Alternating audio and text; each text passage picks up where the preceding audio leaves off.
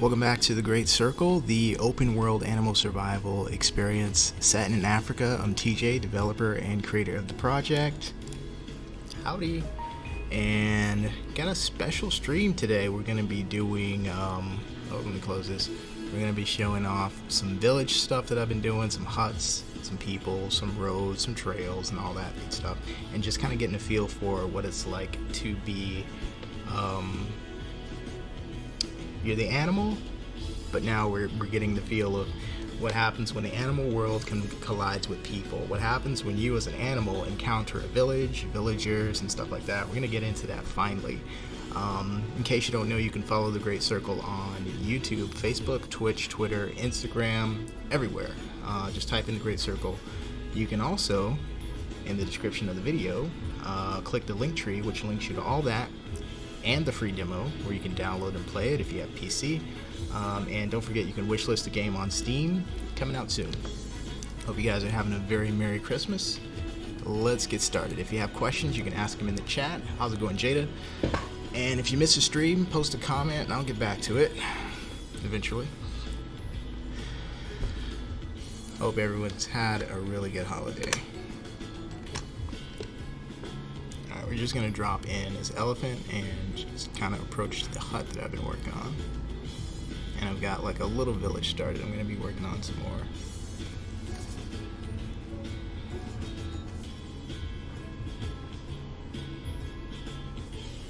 Jada says, whoa, since when did you do a face cam? Actually, the very first stream that I ever did for this game was on camera. And I actually had it set up for like a thing that I was doing earlier today, so I just figured I'd leave it on. Normally I don't do it because it's like I don't want to have to worry about like, you know, how I look and all that. I like to just put up a picture. But hey, it's Christmas, so Merry Christmas. Let's see. Alright. So you can kind of see that hut straight up ahead. I'm gonna be working my way towards that, and actually I want to go on the road.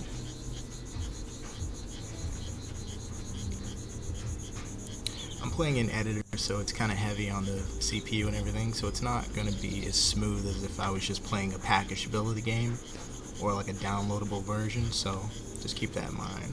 It's gonna look better and play better. What I get for Santa? I got well wishes for next year.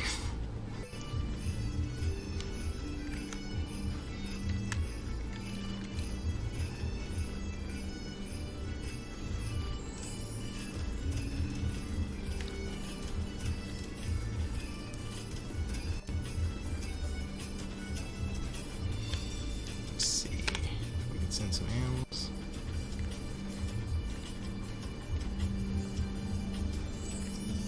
Animals back there. Let me see if they're getting stuck.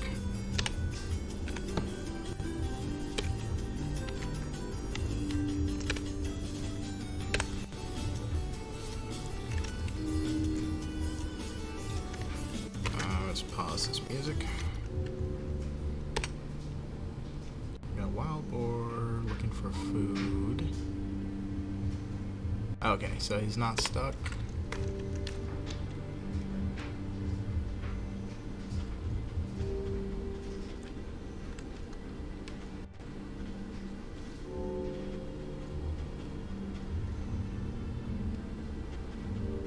Maybe I should have just teleported over to where the hut is. You pretty much got new clothes. That's always good. I can remember many Christmases where I didn't get any new clothes, didn't get any new stuff. Sometimes I got hand-me-downs.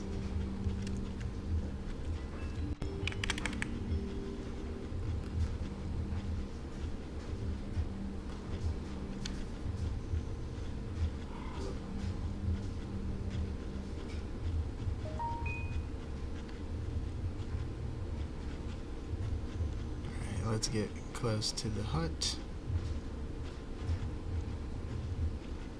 I want to get some round ones. I think round ones would look really good in the game.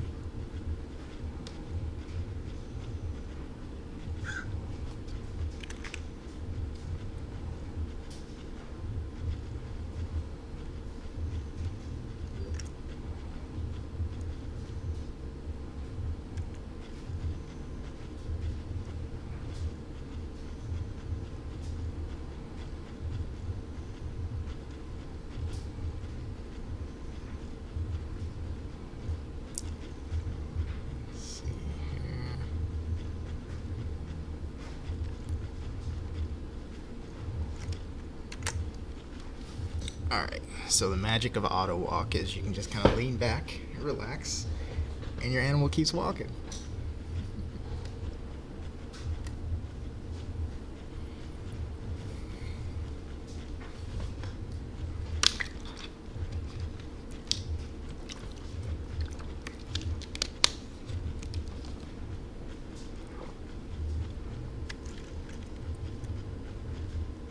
Alright, so the first hut here that I'm working on is my first draft of what the player house is going to look like your home base as the player. Basically, you're playing a newly hired park ranger, and this is kind of like the hut that you're renting or living in. And you leave here to go to work every day. But there's also going to be like these usable ranger stations and towers like scattered throughout the entire territory. So you can kind of go, and if your character needs to sleep, you can come home and get certain benefits, but also like you can use the ranger towers.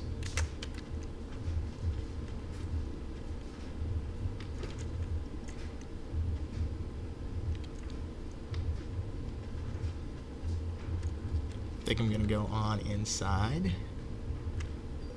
Has anyone ever seen an elephant go inside a house? Because I'm about to show you for the first time.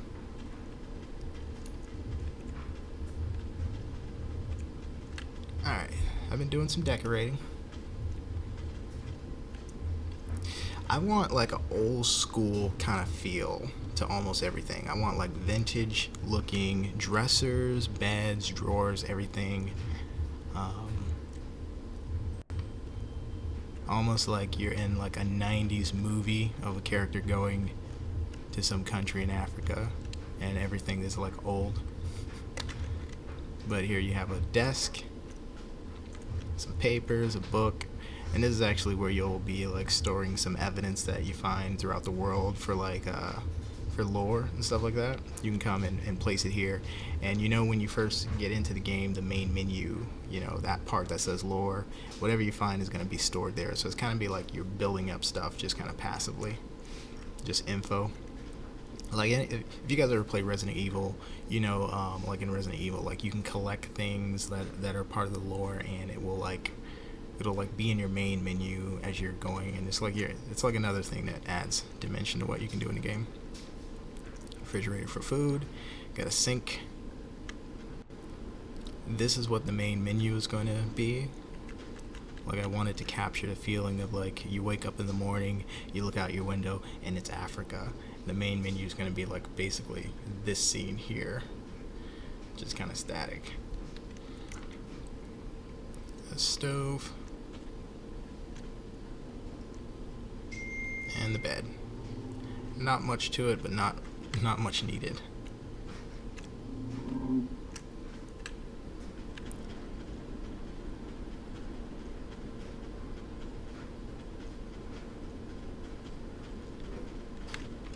I think the next stop will be that village over there.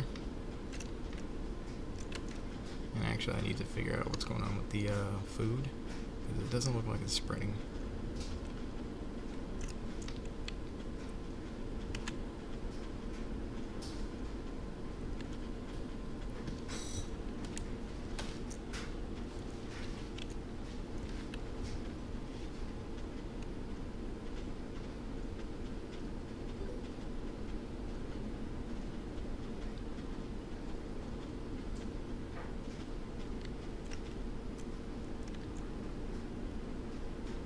Road looks okay. Yeah, it's all spawned on top of itself. That's weird.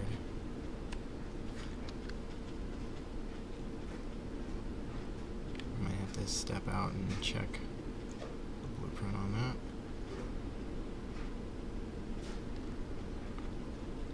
Now, cool thing is these roads actually lead somewhere. Like if you follow them, they'll take you to the village, they'll take you to points of interest. Okay, at least the animals know where the food is, but we gotta make sure it spreads out. and I'm using it for like, I'm creating roads for like, these are the human roads, but I'm gonna make some that are like game trails where you can follow them and use them as migration paths. They'll take you everywhere. Like, this is a big region, but there's a lot more regions that you can follow the paths and see a lot more stuff.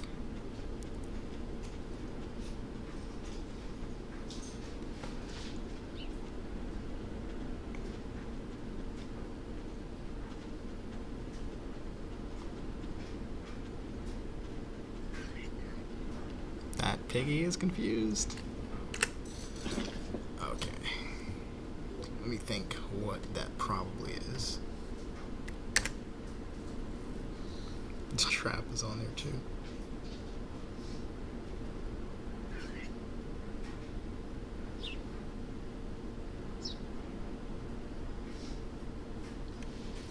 Alright, let me log out for a second.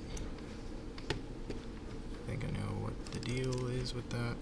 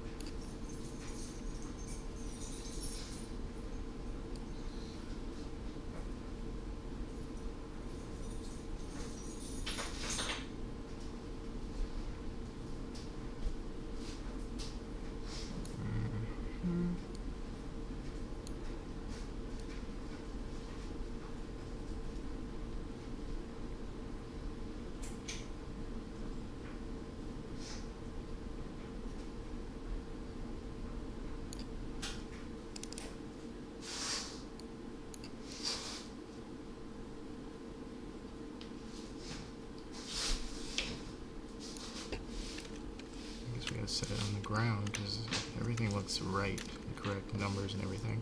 Oh, what happened to music? There we go. Dylan McCausland says, when is the game coming out? Game's coming out pretty soon. I'm gonna try to have the Steam version done as soon as possible. But you can try the free demo at the link in the description below.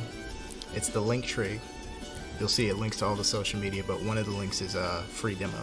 So if you want to give that a try, it's not as up to date as this, so you're not going to have the roads, you're not going to have the villages, but you're going to have stuff. You can give it a try, and I'm going to update it over time.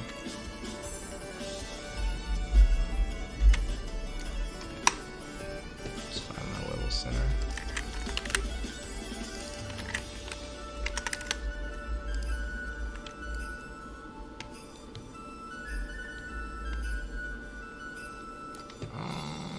Two.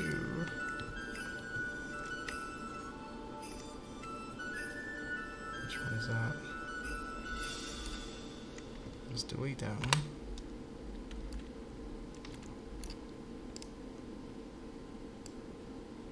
Let's delete that one too.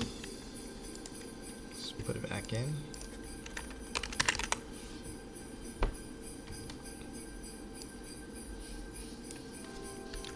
Let's go in with some fog. You know, one thing I've been thinking about with the creative direction of the game, I mentioned this on the previous streams, but like one of the posters that I did early on in year one was like it was a lot more, it felt like a horror theme, or it felt like a much more serious theme. I wondered if I wanted to lean into that more as like the main tone of the game. Like I'll show you in a second. It was kind of a cool concept poster.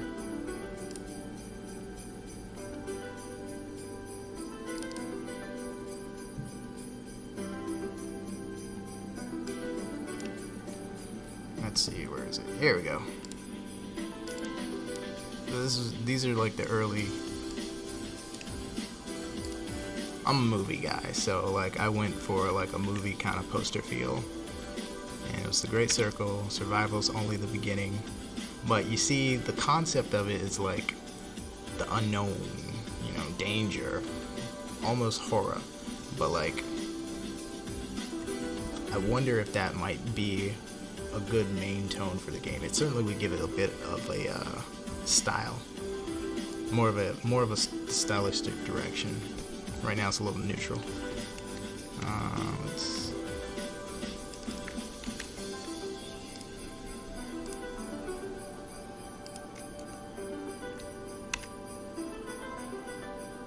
Let's see if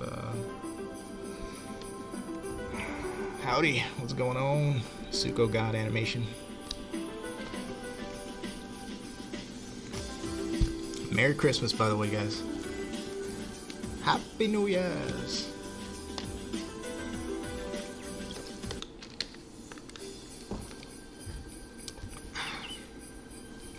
If this was the base style of the game, in other words, if you saw this more often than not, that's the thing I'm considering. I mean, the game does take place in a giant crater, so all I would have to do is I would have to make the caldera like a sometimes active volcano or whatever. It would have to tie into the story. It's the whole thing, but I don't know. We'll see. Certainly, your encounters with like hyenas and lions would be a lot more interesting, right?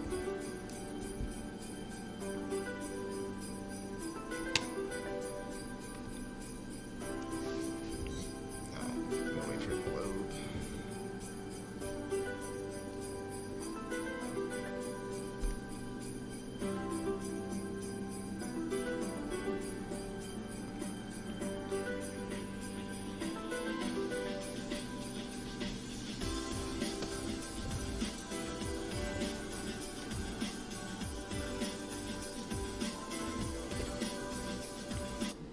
Uh-oh. Stream might crash. I might be pushing the computer too far. I'm pushing this thing to its limits. I need a new computer. Like, it can't keep up with me anymore.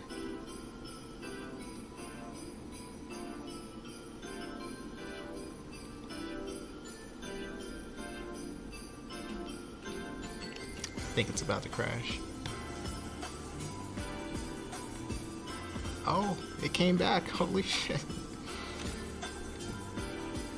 There is a god. And his name is Suko King.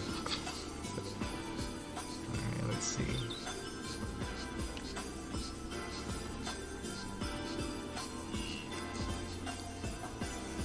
Certainly feels different. I could probably optimize the game a lot easier if I use more fog.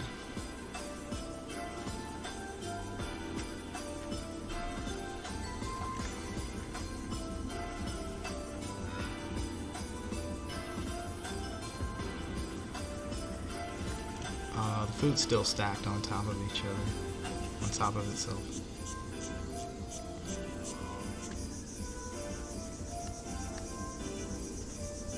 That's so weird. It's only doing it for the level center. This water is not doing that.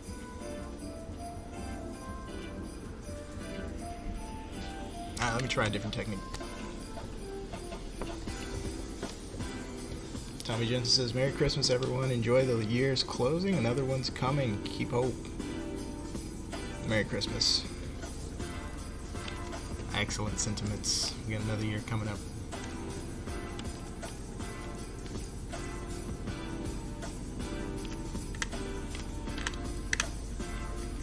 Yeah, but the game does feel different with this kind of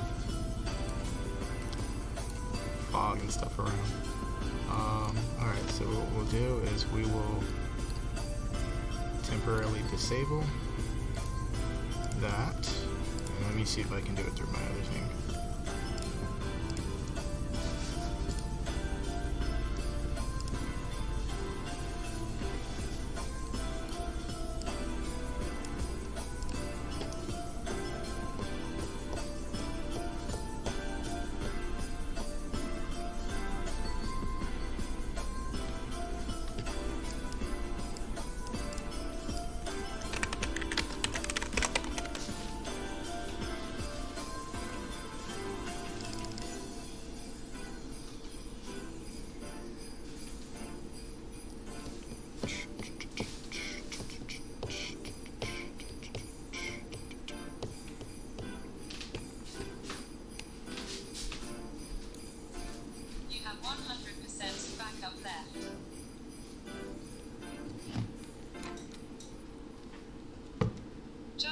removed and you have 100%.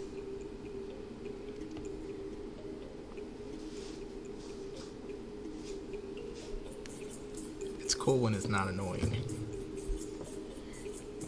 Let's see.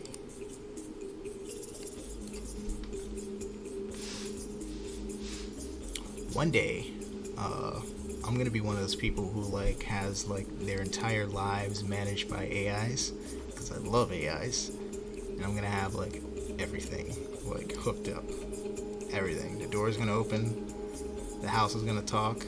It'll be like the movie Smart House. I'm not scared of the AI apocalypse. I'm gonna join them. Let's see. Oh shit. Shouldn't be doing that on that screen.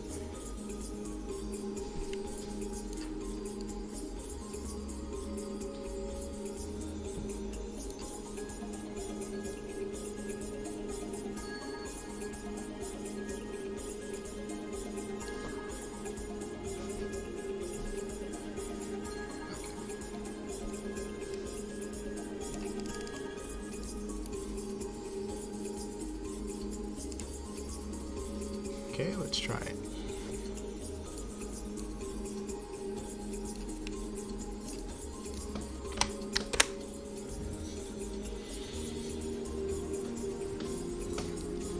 Tommy says it's looking exciting. Who doesn't love elephants? Right?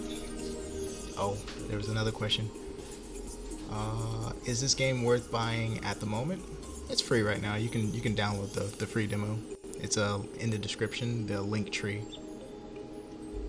Hang on. All this stuff is spawning in on the same spot. Not sure what's causing that, but I will figure it out. But yeah, in the link in the description, the link tree, one of the links in there is a free demo. So hit the link tree, you'll see the YouTube, Twitch, Twitter. One of them is free demo. We're on Steam, but you can only wishlist the game. You can't. It's not available for Steam yet.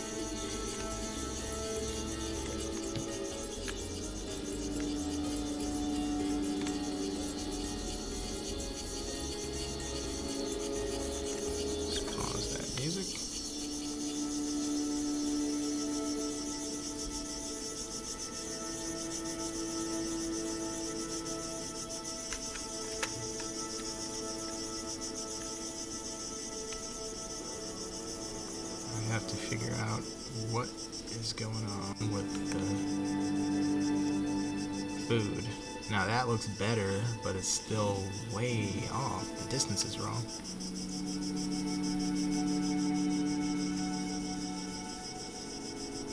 Anyways. Yeah. Elephants.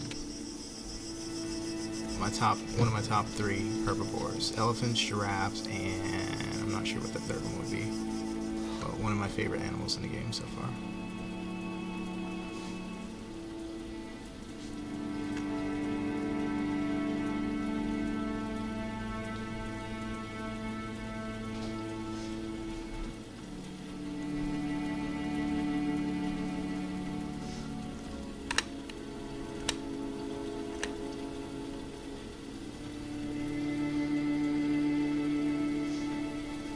So for all you documentarians and cinematic lovers, we have cinematic mode, where if you hit H, it goes into watermark, HUD, cinematic mode, HUD,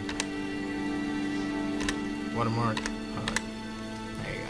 And it just hides the stuff that you don't want to see. That feels like a movie.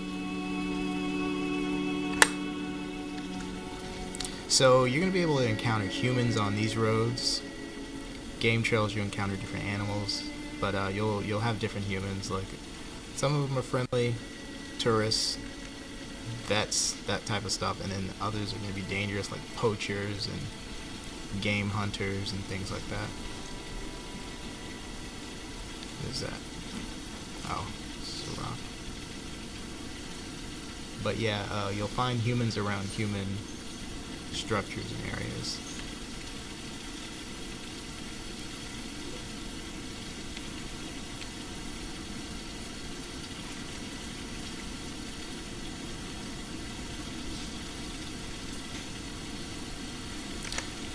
a second.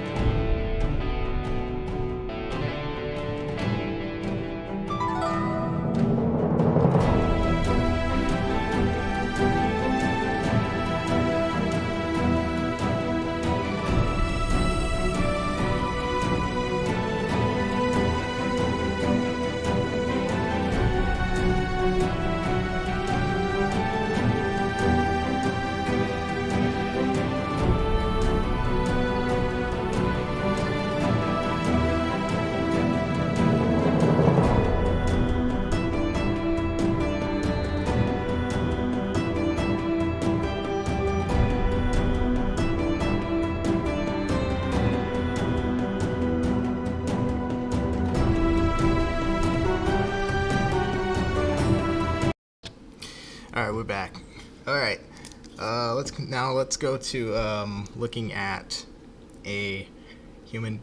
Excuse me. We saw a hut. Now we're gonna see a village.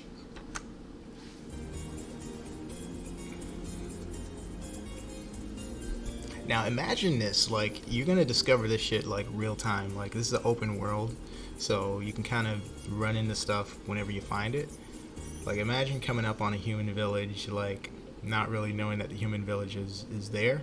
You're just exploring the area for the first time, and you come up on like houses and stuff, cattle, things like that. Oh. Oops.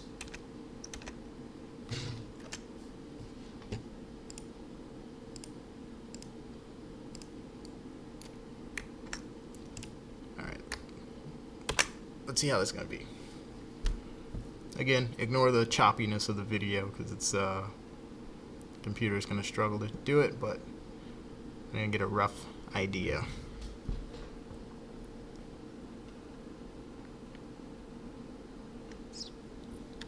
Alright, first things first, we'll get to the road. And I'm just going to follow the road to the village.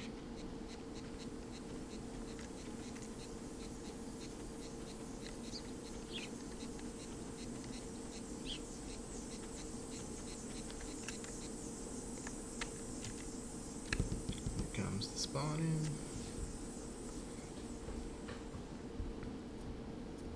Poacher sounds scary, run from bipedal apes with loud sticks. Yeah.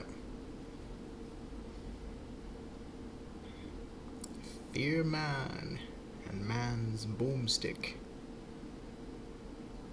Uh-oh. I never know if this is gonna crash, so if it does, I'm sorry. It's been a fun stream.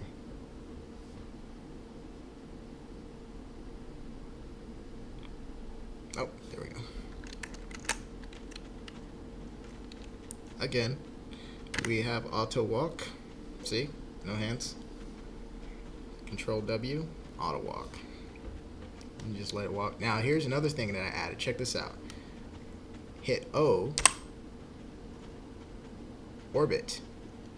So if you notice, the camera is like slowly spinning. It can speed up too. It kind of goes based on how fast you're moving. So check it out. The camera's moving, the animal's walking, and the camera's orbiting. I'm gonna put in controls, make it orbit faster if you want, but basically it'll just turn the camera as you're walking.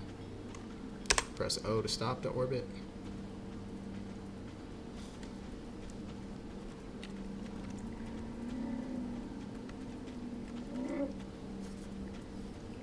Save often, any program ever. Yes, that is true. I have the autosave on every 5 minutes or so. We're getting some rain. No sign of the humans yet.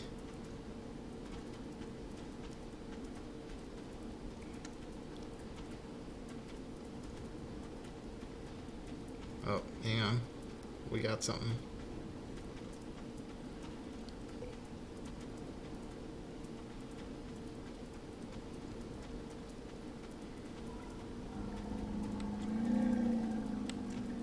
Oh, never mind. It's just a rock. Thought I saw a house.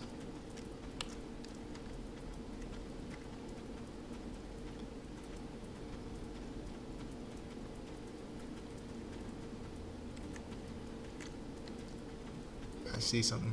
I do see it now. Alright. That's definitely house.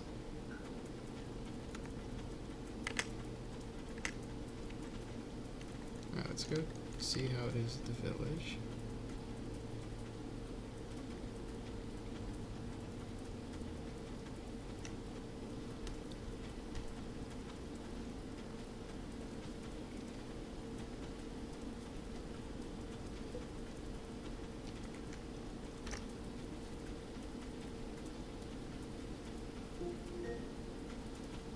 TJ, here is your reminder.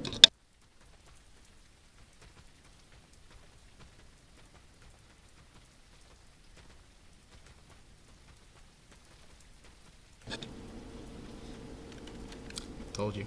AIs. They're gonna control the world. And I'm gonna help them.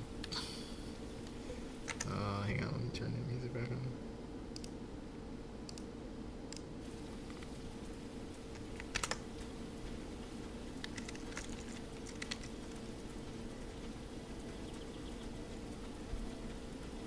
So here's an example of what we're gonna find.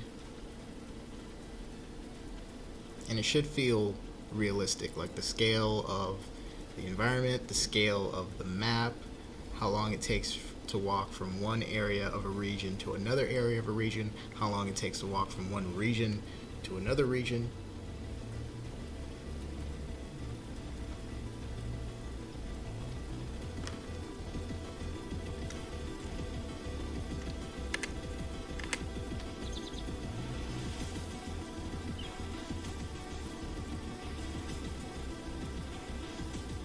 There are also going to be different styles of houses and villages.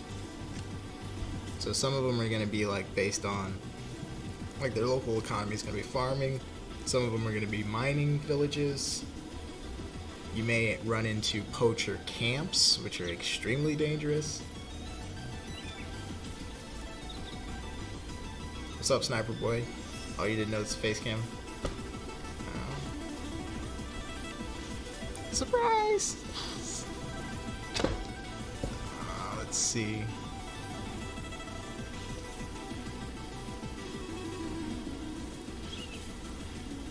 I know I have the villagers in right now because I only have one kind of human. That's the poachers. They kill you. So I didn't want to come over here and just get... Oh, snap. That was a weird spawn. So it is spawning directly off of me. It shouldn't be. I gotta fix that. somehow. That's a big ass snake. It's supposed to come in smaller. Let me look at it.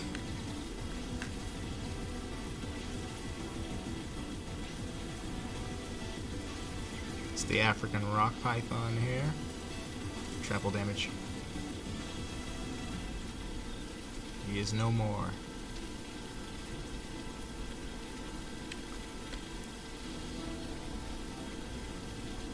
Think of the role playing that'll happen in this game. Some of us animals, some of us humans.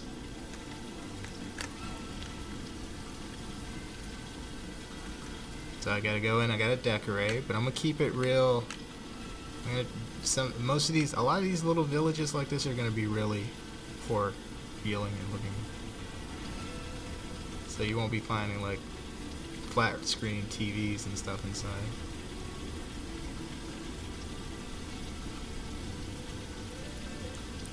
I'm gonna have like tribal dances around the fire over here.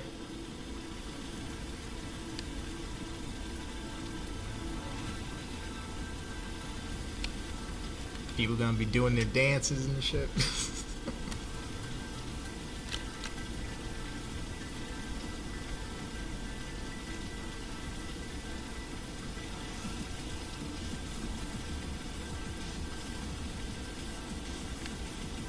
Yeah, baby elephant strong.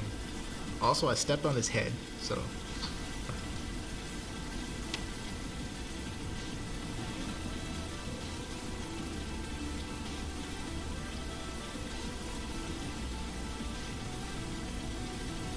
This is the barn.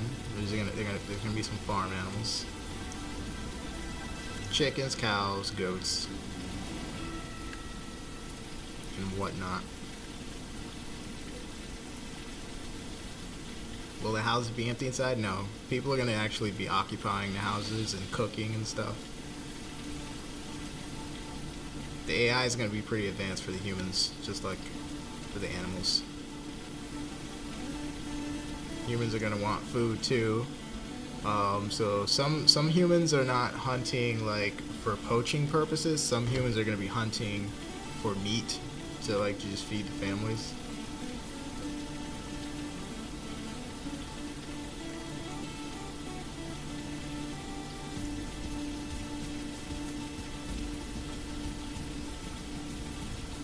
And like others will just be kind of defending their crops or defending their cattle. For those who are lions and want to like get an easy meal, you're gonna have to deal with the farmers. Or if you're trying to get an easy meal, eating crops and stuff, you're gonna have to deal with the farmers. Very realistic.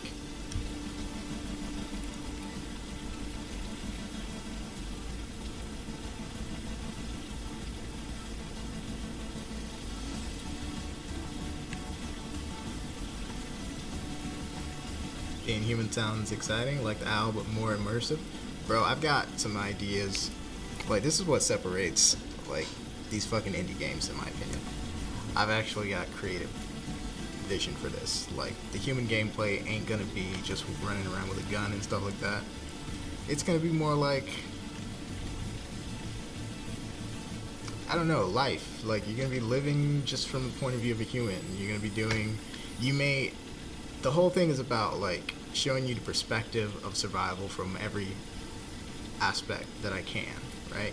You see the perspective of survival from an elephant, and you may feel like, oh man, these humans are evil. They're hunting my family members, or, you know, they're killing my babies or whatever. But then when you play human, did it freeze? But then, if it crashes, I'm sorry. Merry Christmas. But assuming it doesn't. But like when you play human, and it's like, you've got babies to feed, you've got to go hunt.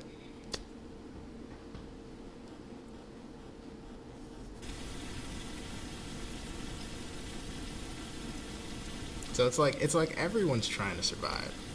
Oh shit. Hang on. I gotta restart it. But yeah, it's like everyone's trying to survive.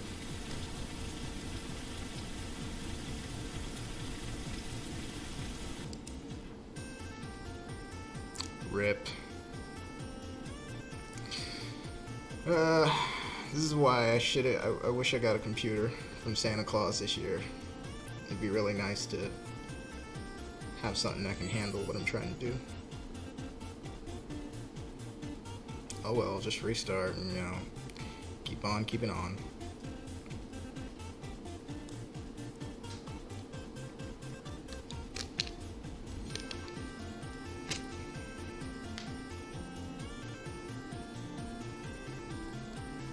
Yeah, creative direction, game direction is everything, and it makes everything tick and run smoothly. It helps the ideas good like this. Don't worry, bug fixing optimization is its own animal. That is very true. But yeah, I mean, creative direction is going to be important because everyone's making a game now, so you know what I mean? Everyone's got the same idea, so I don't have the same idea as everyone else, so you're going to be doing, there's going to be poachers, there's going to be farmers, there's going to be tourists, magazine photographers for National Geographic, scientists on scientific missions, park rangers, you know what I mean? Like, this whole thing is going to be like Grand Theft Auto, but Africa. and not based on crime. It's going to be based on survival. Sniper Boy, you watching the stream at 2 a.m.? Dang. Somebody's up late. I might have to end the stream because I'm gonna need to restart my computer. I'll try to restart the program, but I probably gotta restart the computer.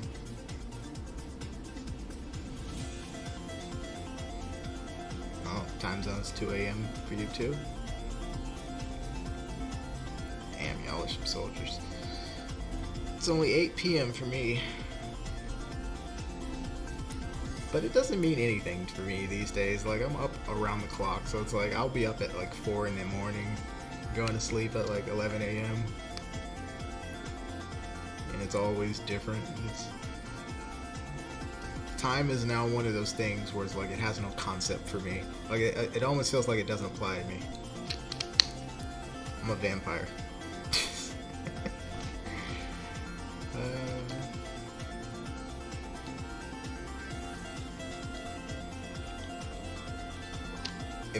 If you're from the EU, videos are easier from creators of other time zones.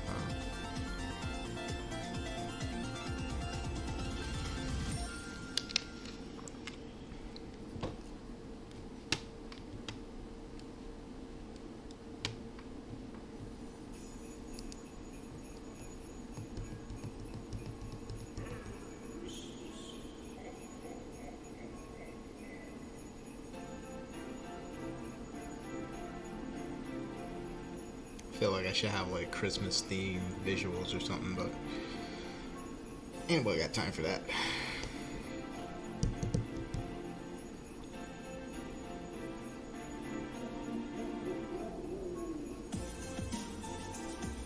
Thomas says, I wish I had the luxury again, but I have my own missions to do. Scientist missions, yes. Those are gonna add so much depth to the game as well. Scientific missions and stuff. You're gonna be looking to see if invasive species are taking over too much of a region, if they need to be like culled, or were these reports of some different species of lion legitimate? Meaning, is there a new species of lion, or are they rumor? You're gonna have lots of stuff to do as human. I'm having a ball, like writing the chapters and shit for the story mode. I'm loving it.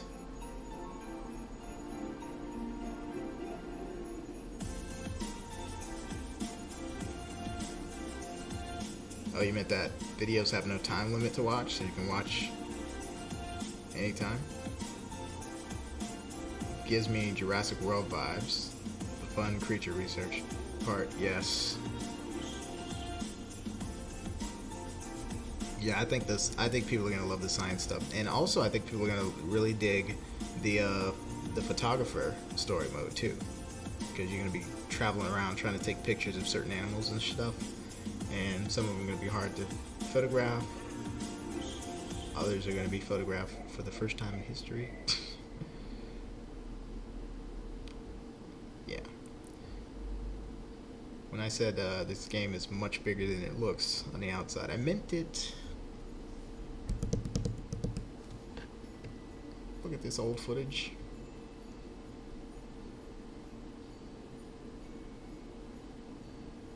This is when I first started working on the marsh. It's a really beautiful biome. Like in the mornings and in the evenings, how the sun will get lower to the mountains and then the light comes in and it hits the water and the grass. It really creates an atmosphere. The grass looks much better now, by the way. This is from months and months and months ago. See how see that? Like there's the effect that I had with the sun hitting the clouds, but also the fog and stuff.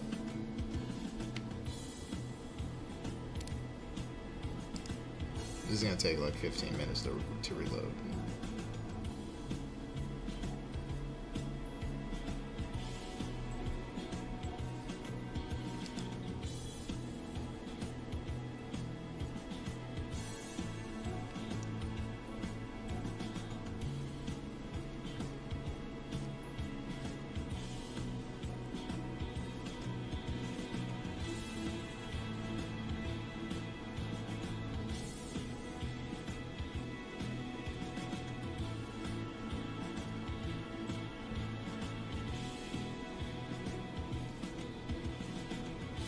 Best quest, find a new species, get to name it.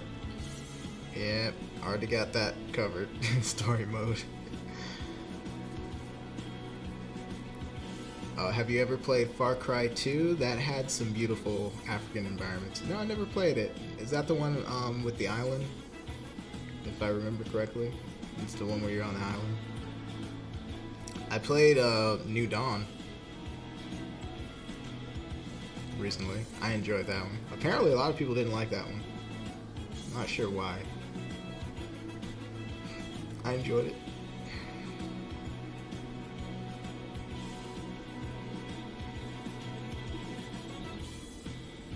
I don't know how people, I think people are not really liking the new one either. Like this, what's it, they're on, let me see, 5, New Dawn. I don't know if the new one is 6 or 7, but like people are a little let down on it.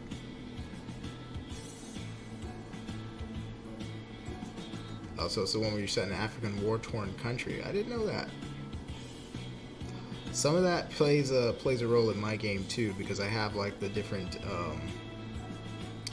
there's like I have like a basic setup of like you're with the park security people, but then there's also government that you work with, local governments, and then there's also the villages, and then there's like local poaching gangs and stuff like that.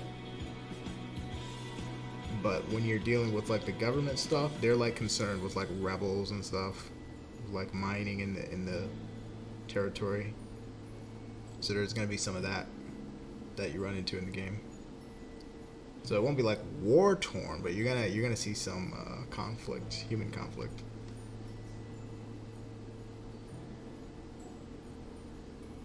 You get malaria? Holy shit. Malaria is no fun.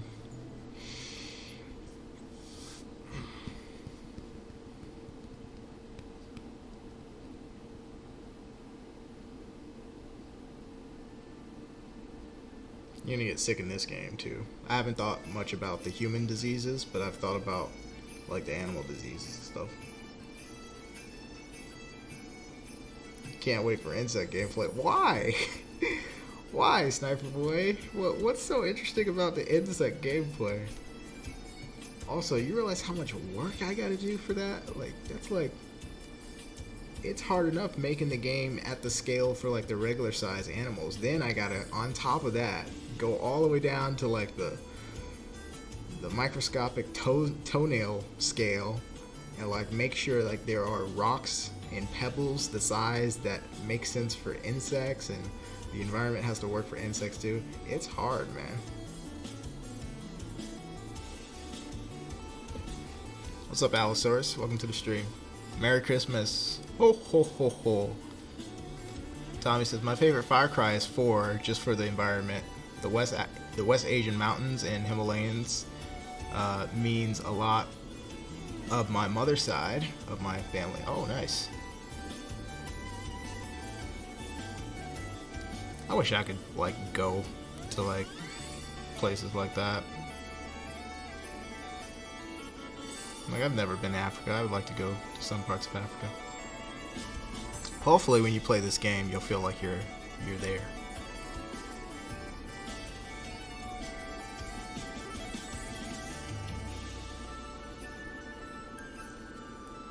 Tommy says diseases are, now you mention it, very underrepresented. Yeah. And you must mean like in survival games and stuff. Yeah. You know, for the most part, I think that you would represent it as status effects and stuff like that. Like it takes away your stamina, or makes you hungrier, or more prone to getting injured or something like that. They're not cool, you know what I mean? They're just ways to make the world more accurate. But like, I want there to be some consequences for like if you're eating a carcass and it's too old, and you're not a vulture that has like a stomach that's like evolved specifically to eat dead and rotting flesh and stuff like that. So like you're taking a risk at some point if you're really hungry and you really need to eat food. If you're eating some old food, taking a risk if you're an animal. I think that makes the game a bit more challenging.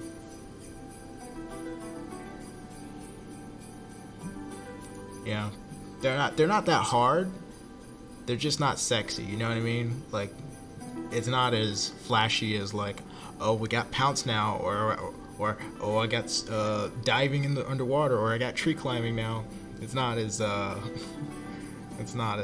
showy.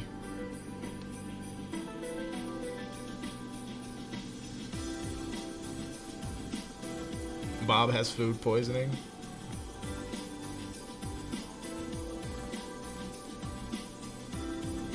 Allosaurus says, I'm currently building a 1,300 piece Lego set. Damn! While watching the stream. Dang, what you building, man? Tommy says, Africa is a place I would love from a distance. Also, yes, only game I can think of is Ark. Some Swamp Fever, Bob, POT, and the Isle have diets, but no sickness like that. Infections. Well, the Owl has overeating, which is technically its type of sickness, but like it's not like a disease, like you catch a disease kind of thing.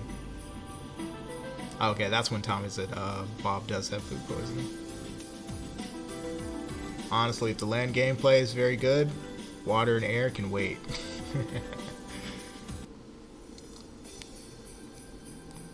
Luckily, I think that TGC has been going at a rate that's right for the speed that I'm able to develop at. I don't think I've overdone it yet. I've never touched anything yet.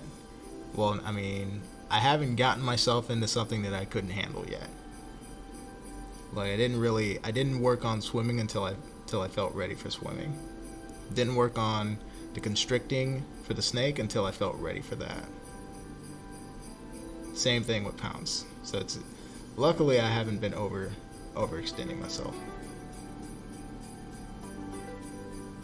But yeah, one of the first things that was in the game was flight. So I feel very comfortable with making that more advanced and extending that,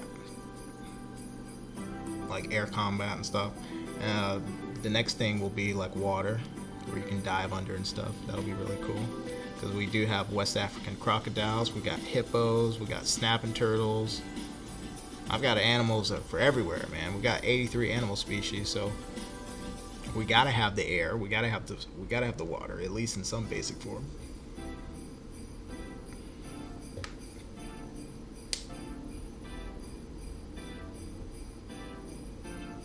Allosaurus says the Lego Imperial Light Cruiser.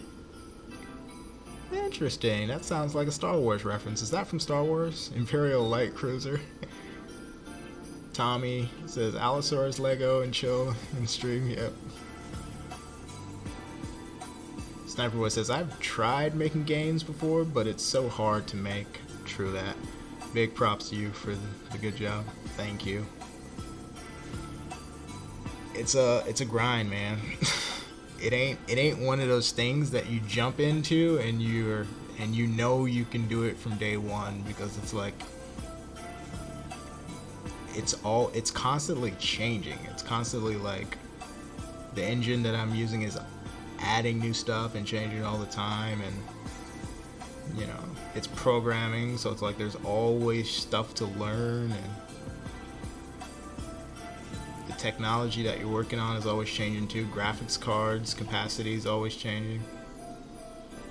Then, you know, I mean, you as a beginner, you have to know things that you really don't have any way of knowing. Like, how do you know what the right direction is to focus on when you're first starting out with a game or whatever? Like, how do you know? Like, there's not really like a how-to manual that you can just pick up and just go. Especially with a genre that's like relatively on the fresh side like this. This was really like an offshoot of dinosaur survival, but it's like, I mean, technically animal survival I think is going to be much bigger eventually.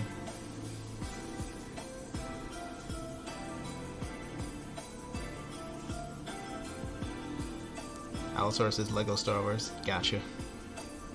Tommy says, how will growth work? Time-based, basically. How I think growth should work. But, however, everything you do affects how your animal develops. So if you're getting good nutrition, you're generally going to be a healthier animal. You're going to get bigger, faster, stronger, all that. So you're going to grow faster if you're well fed. You're going to grow slower if you're malnourished. You're also going to be constantly changing your maximum achievable size based on how well you're taking care of your animal during your development phase. So like, your development phase is like a limited amount of time for you to grow as big and strong as you can, because once your development phase is over, there's no more growth for you, except if you're playing an animal that continues to grow over the course of its life, like a croc or some kind of snake. Unless that's the case, most of what I'm saying is like you're gonna have a limited time to develop your animal, and there's no way to repeat what you do, because growth is affected by nutrition, it's affected by injuries, it's affected by where you are on the map. So if you're in the north region versus the south region, what time of year is it? Because some animals just do better at certain times of the year in certain regions. That's why the map is so huge. So it's a simple concept, but it can reach a different conclusion in a complicated way. A lot of factors will affect the animal's growth, but you're going to reach a max size, and you're going to have a permanent base of stats, and it's really going to depend on just what you chose to focus on and if you were healthy. Some animals are going to be faster when they're done growing. Some animals are going to be stronger. Some animals are going to be smaller because you just didn't get enough nutrition during your development phase, and then that's it. And the reason it's that way is because that's just how it is in the wild.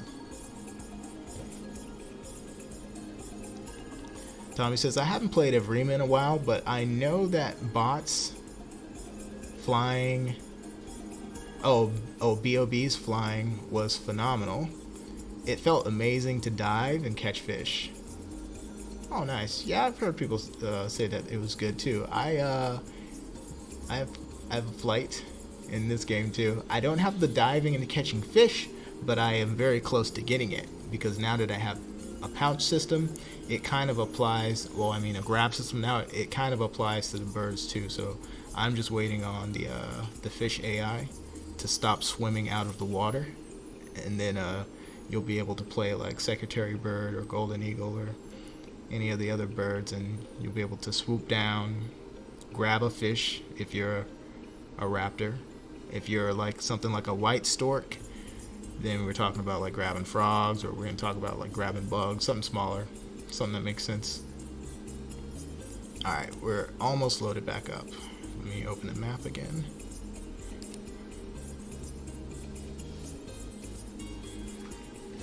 Oh, I remember this video. I love this. I love making this. This was testing the pack mentality of pack predators, and we're facing off against red foxes here.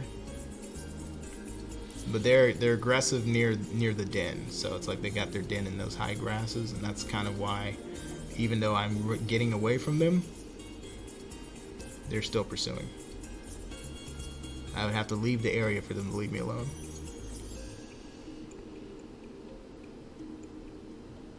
But yeah, you're gonna be able to catch fish in this game too.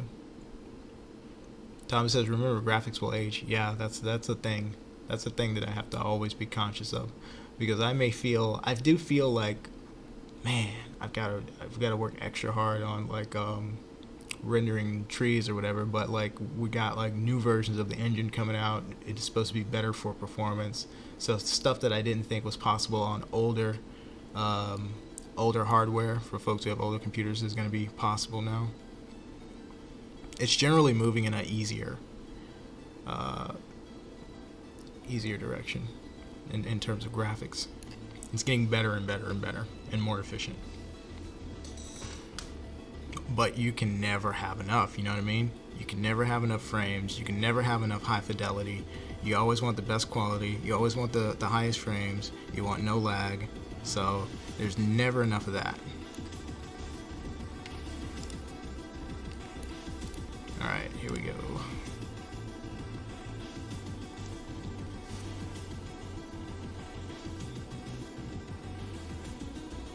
Oh, Tommy says, but a visual style will last forever. I see your point. I see your point. Yeah, my base approach to that is right now is realism, as realistic as possible as far as the environment and stuff. But I've been considering a visual direction, kind of away from neutral, more recently. All based on this, the poster I did last year. Like, imagine a scary version of the game, like a more horrific, not with like zombie animals or whatever, but just like in tone and just the overall tone of the game, you know what I mean? Like, it's just more thriller, more hardcore survival, you know, more exploring the unknown, but the unknown is danger.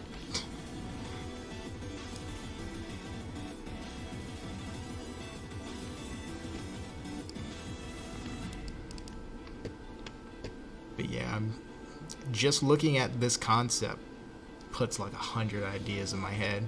I gotta figure out what's the most feasible thing to pursue. What am I ready to do? Because I would love to just make this version like the Great Circle, but like foggy and scary and stuff like that. It does take place in a caldera, so I can justify all the fog, but you kind of gotta be careful with all this stuff. Sniper Boy says, well, my eyes are shutting down. I have to go. See you. See you later, man. Merry Christmas. Happy New Year's.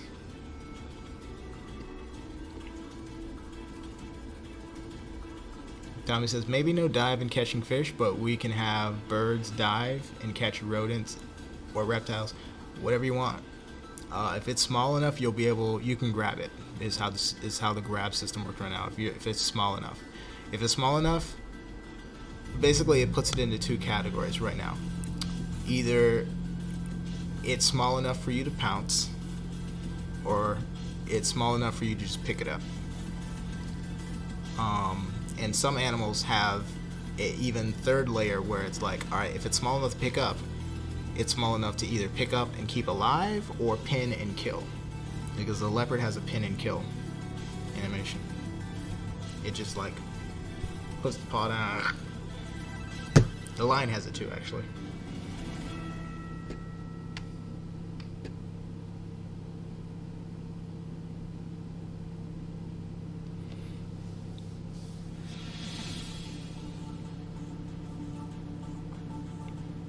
Rodentzoid reptiles, yep. We got some fire salamanders for small reptiles. I'm trying to get monitor lizards and stuff.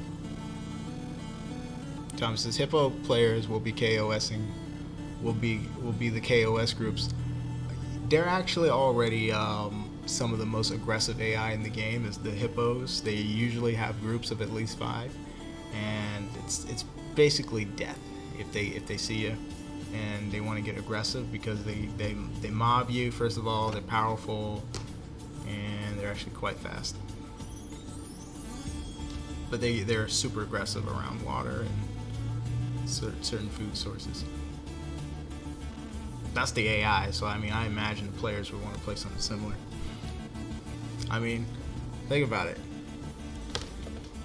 What's the point of a big, powerful, vicious animal if you're not gonna kill stuff with it? You know, and hippos in real life are super dangerous. They probably scare me more than other animals. If I was in Africa, I'd be more worried about hippos than anything else, probably.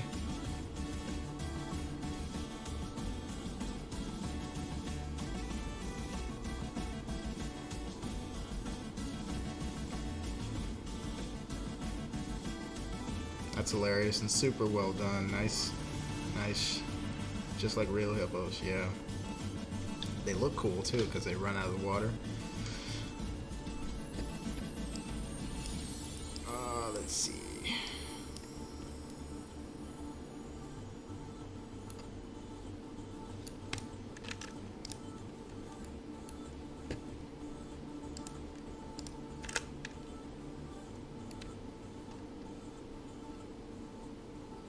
Okay, we were just at the village.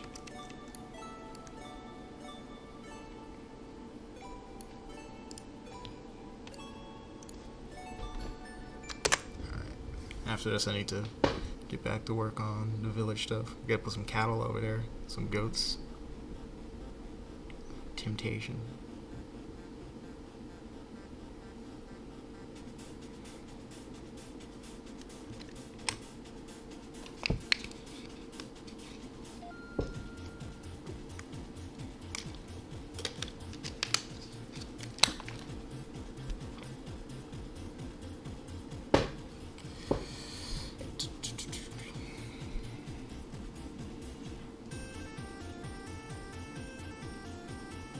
Gotta get to work in the canyons too.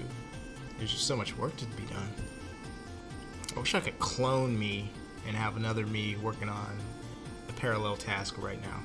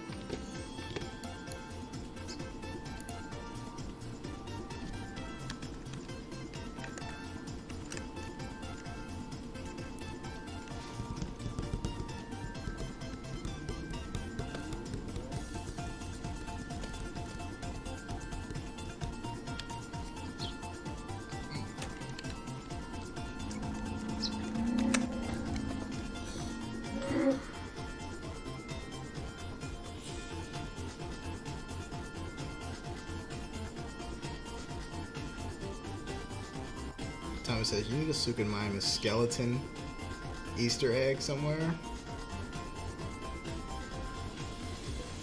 with a crown. That would be kind of cool though. Like, if you're gonna do it, you know, put the crown on there. That shit would be funny.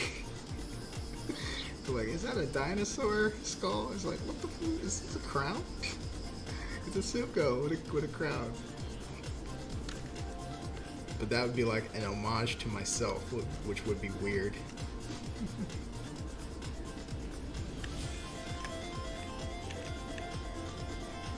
I don't think we're gonna have dinos anywhere in this game. Fossil form, references, anything. Actually, there's a part of the story that kind of goes into like some bones being found or whatever. I don't want to go into that too much, but like no live dinos. You know what I mean? Like this is an animal game, so animals, not dinos.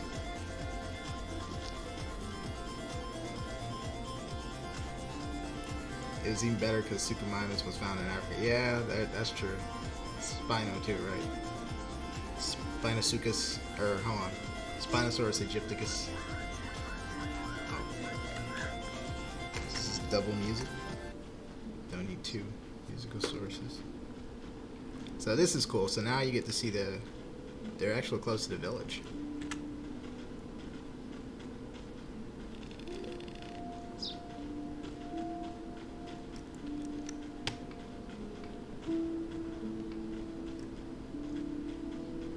Still have malfunctioning food.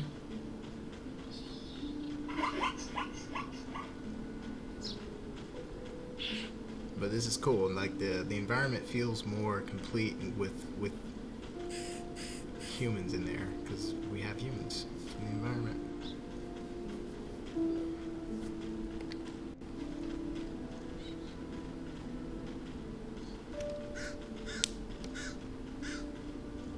Tommy says, I understand. Maybe more an homage to your favorite non-avian dinosaur. Yeah. Do you love Zuko?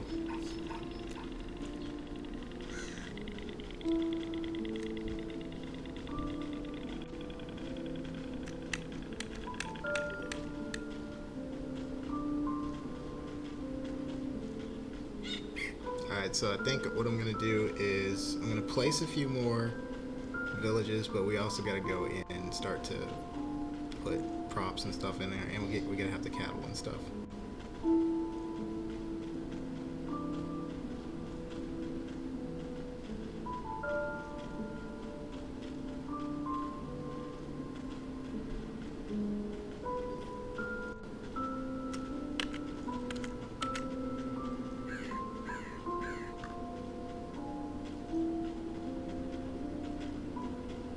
You know what's gonna be really cool, and it's gonna weird people out?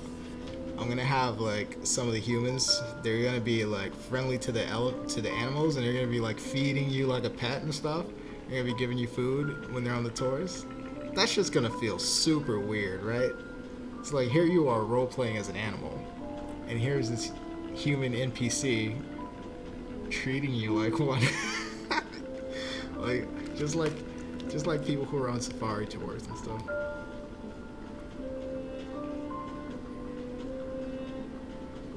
So it'll be a good way to get food. Like if you're a baby. If you're a baby and you're cute, they may like give you some food. Because they're like, aw.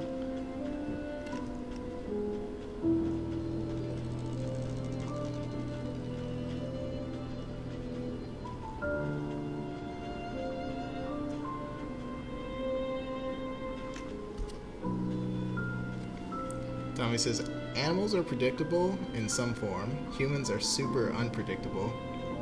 True. You have awesome ones like conservationists and awful people, awful poachers. Of course, to an animal perspective. True. And again, the perspectives of the game is what matters a lot. Because every creature has a reason for doing what they do. You know what I mean?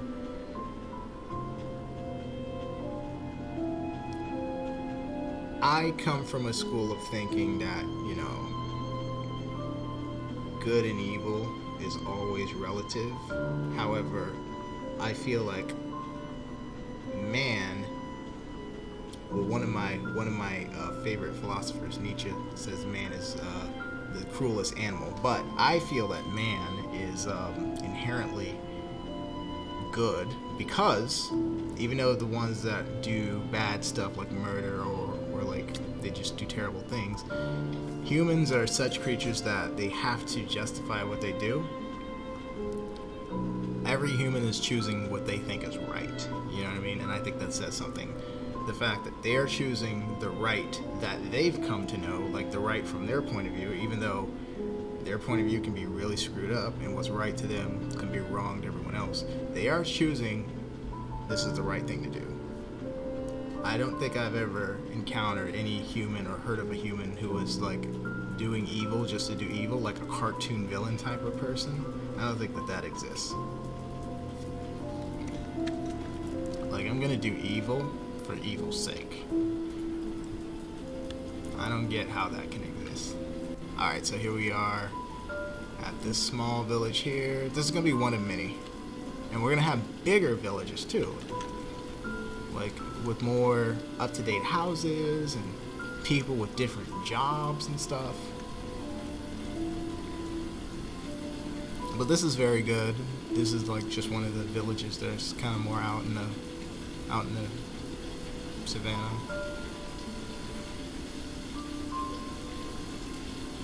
You're gonna have them walking around.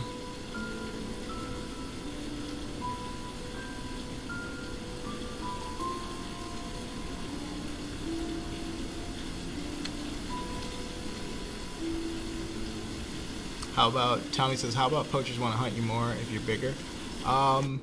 Yes, actually, the poaching is, nothing in this game is going to be quite as simple as it seems. So yes, there's going to be poachers, yes, they're going to be hunting animals, but it's like, they are going to want different things from different animals. So like ivory from rhinos and elephants, fur from other types of animals, like servals have a valuable fur, cheetahs, certain animals get poached for certain reasons.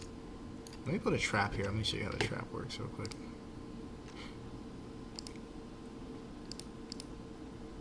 I'm not sure about which animals are more valuable to poachers for being bigger, but like whatever reason that there is for poaching is going to be represented in a game in some way, because it just adds more dimension to it. Let me show you how the trap works. This is going to be one of many types of traps, but this is the first generation trap here. Let's see if we can load back in quickly.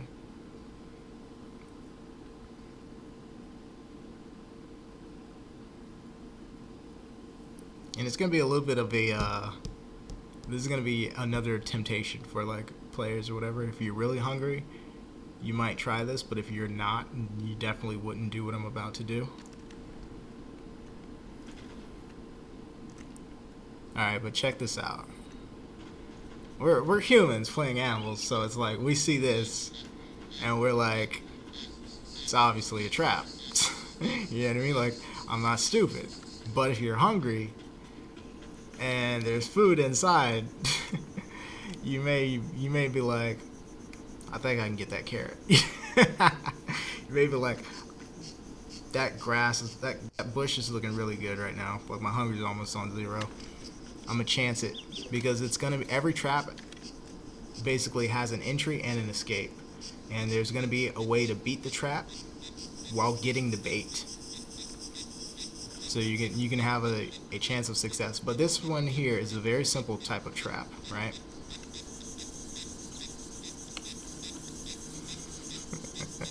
It's a very simple type of trap. Basically, animal goes in. It's meant for AI, by the way, so it's not really meant for players.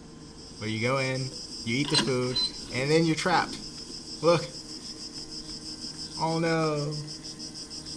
But you can break out, is the thing. So I've made it so that if you want to get out of the trap, if you work hard enough, you could get out. But if you don't get out, if you just like stay in there and you wait, eventually like a poacher will come and your game's gonna be over.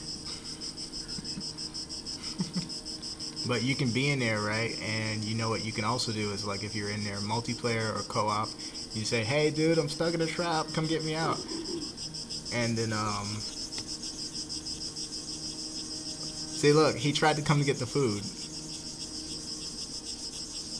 He wants the food. You can be like, hey, come get me out.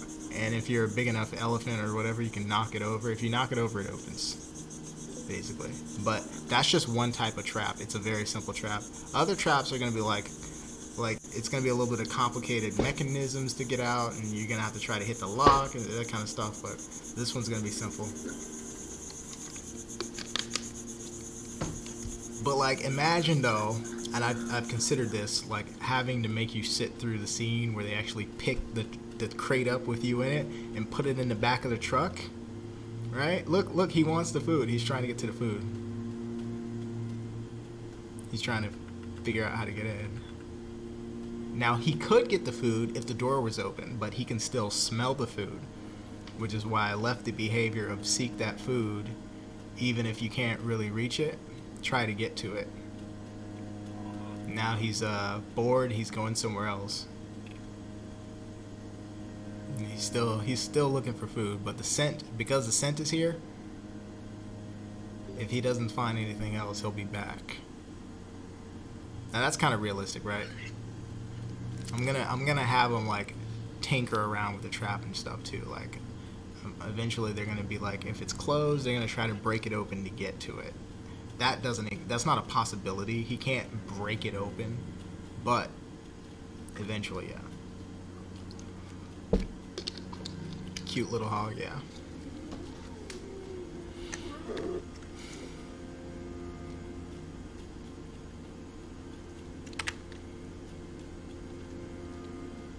Let me see if I can turn it over.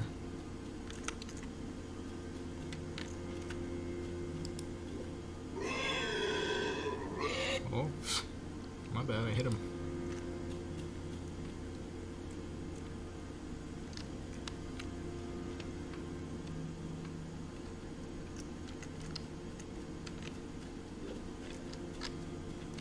There's gonna be big traps for big stuff too.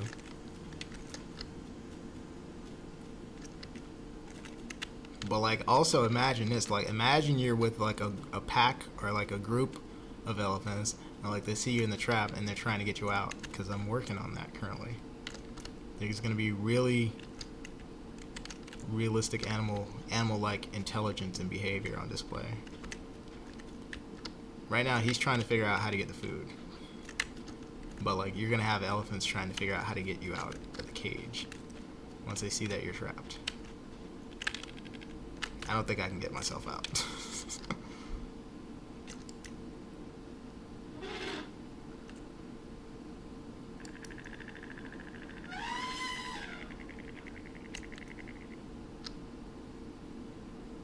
Nope, I'm stuck.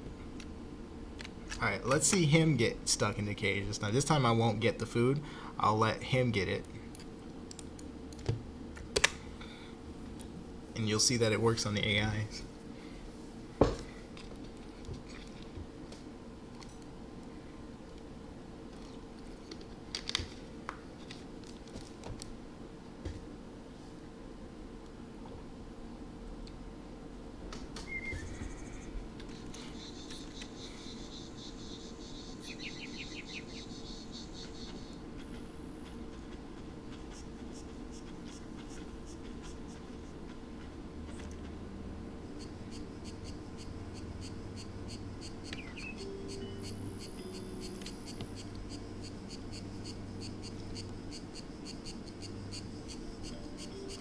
Oh, imagine if you're a successful elephant with good growth and big tusks, poachers must love to hunt you.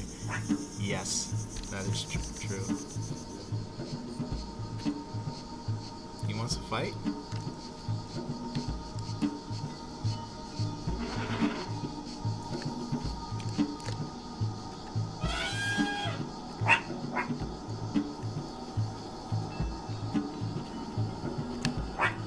He's getting territorial. Oh, they're going to the wrong side. I'm gonna run him over.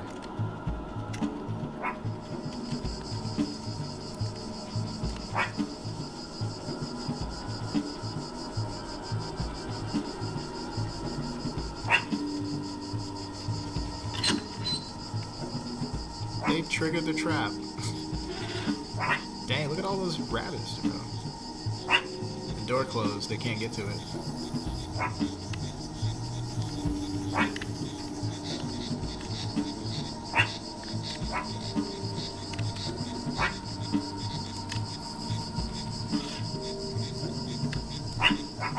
Trying to hit him.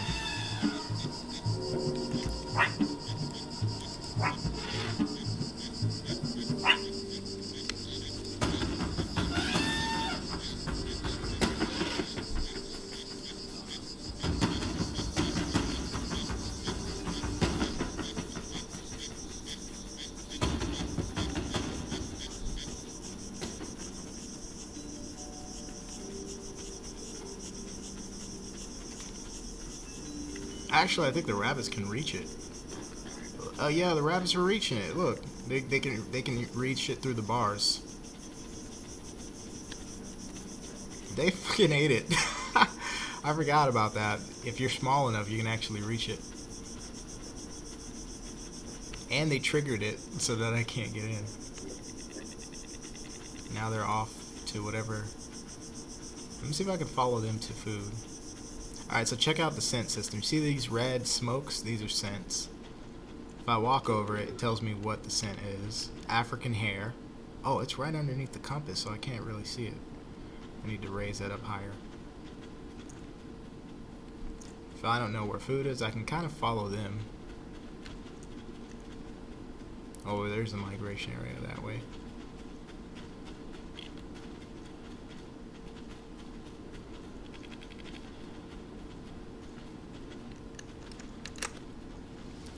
And we just turn on some auto walk, hands free, just let the elephant drive itself. Impressed with what you have, especially the AI. Uh-oh. Oh, I just trampled him. He's still alive. Oh, I took trample damage too. It's weird. All animals have trample in the game, so he can trample back. But I do more because I'm heavier.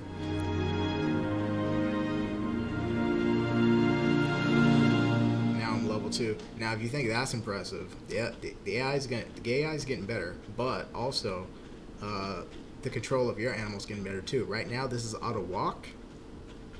I'm working on auto play. All right, so like you're going to be able to press a button and put your animal into like AI mode. So basically, your elephant will become completely sentient and completely able to seek food on its own, rest when it gets tired on its own, migrate on its own. And if you want to just watch the elephant live as an elephant, you can. I'm working on that.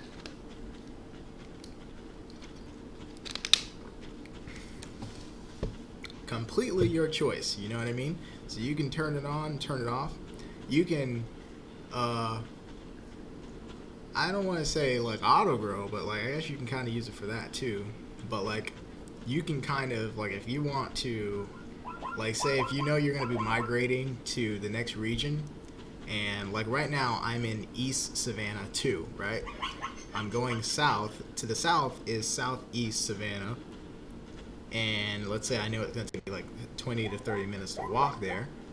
You can kind of just turn it on, autopilot or whatever, and go grab a sandwich or whatever. You know, it'll walk there on its own and do its thing. Plus I like the idea of the animal almost like being like your partner, in that like you can't fully control it, or like it has the ability to take over sometimes. I'm experimenting with that.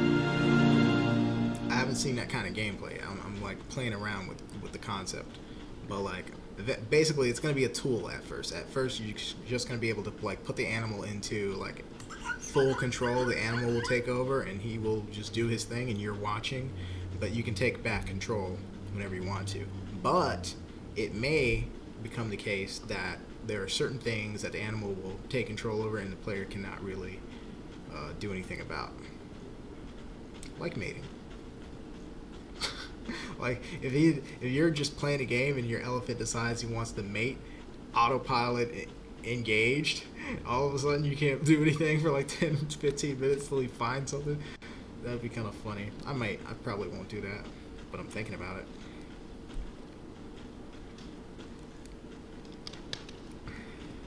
Tommy says it's impressive because the hog felt especially real trying to get in and walking back and forth trying to. Yes, dude, I'm telling you, like, and even just that like took time to like. It took days to like get the animals to do basic stuff that is really basic. Something like just walking back and forth between water sources or whatever, but like do it in a way that makes sense for the animal. Like, because there's food still there. Oh, I can't. I'm the AI. I can't get to the food. All right, so fuck that food. I'm gonna walk around a little bit. I still smell that food. So he goes back to see if he can try to get to the food again. An animal would do that, you know. It takes a long time to like get that just right. And if you see stuff like anytime you see behavior from animals that's like, oh, that kind of seems realistic, like that wasn't by accident.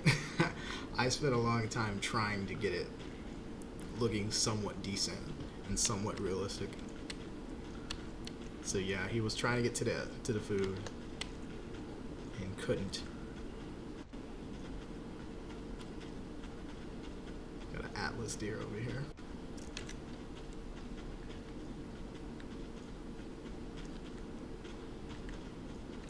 I guess we just go to the migration point.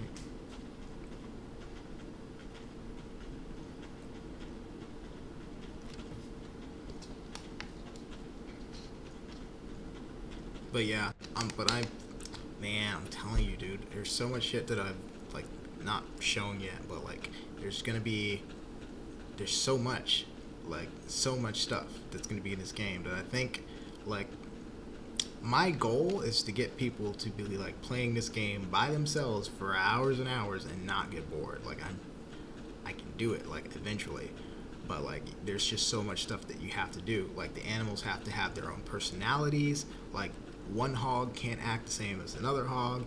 They have to have their own relationships with you. They have to remember stuff that you did when you first met them, and that has to differ from your relationship with other animals. The world's gotta be like that, and it can. And if that becomes the case, I think that I can get people to grow animals for literal days and enjoy doing it, because they're going to have so much stuff to do and interact with in a game. What is that? What is that? Is that a hog? I think that's a hog out there. Oh, there's a zebra.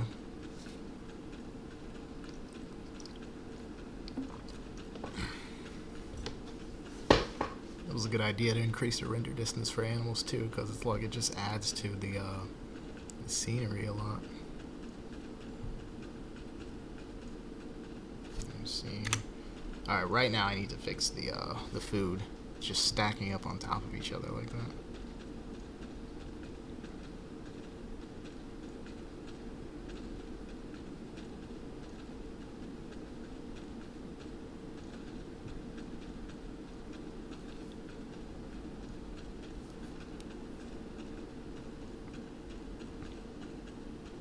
But yeah, I got a lot of stuff planned for this game. I think it's gonna make it amazing.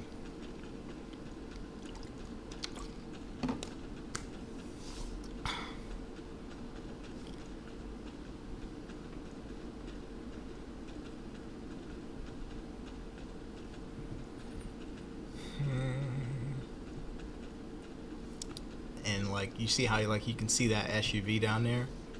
Like that's gonna be like, it's gonna strike fear into the hearts of some people, because it's like that SUV could be a tourist, but it also could be a poacher, and if you see it, it can see you, and like all they have to do is ride over, and well, poachers have guns, so they can just pop you. They also have dogs, so if you get away, they can kind of track you down.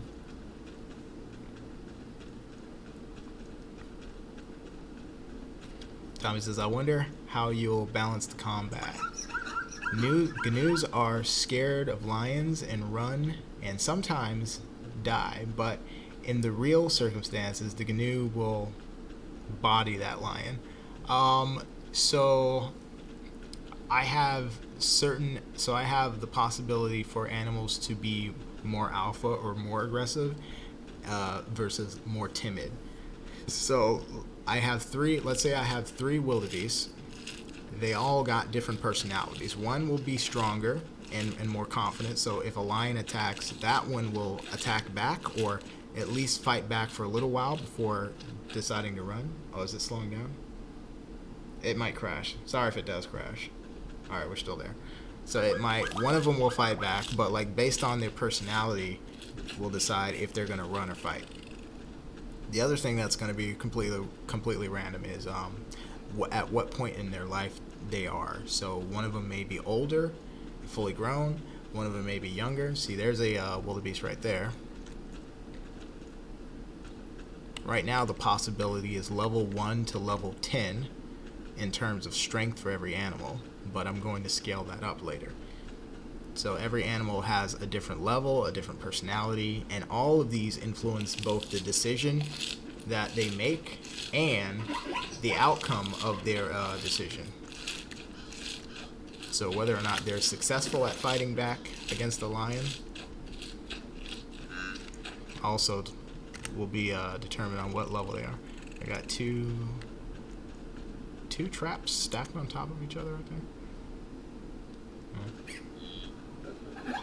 There's a glitch. I'm trying to think of what's causing that because it's like I don't see it affecting anything else. Hang on, there's a body. Is these bodies stacked too? There's like a food pile over here.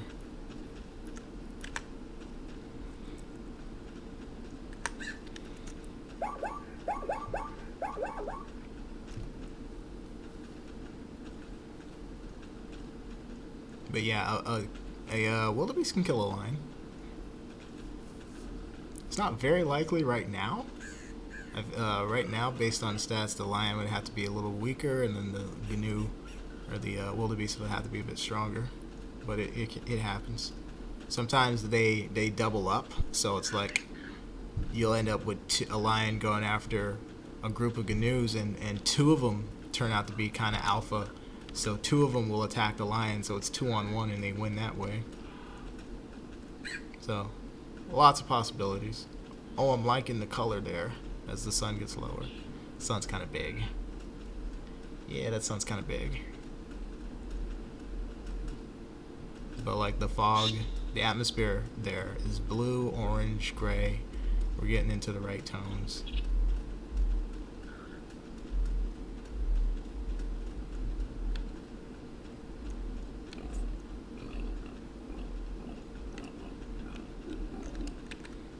Alright, let's see if we can fix the food situation real quick.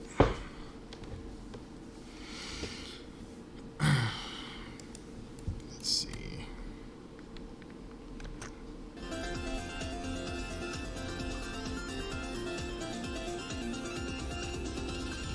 Yeah, the poacher is still the scariest thing in the game next to hippos. Yes, true. Humans are the most dangerous animal in the world. The animal sounds add a lot, especially at night. Yes. Nighttime is going to be kind of scary. Imagine, I'll do it for you right now, dude. Watch this. This is going to be scary.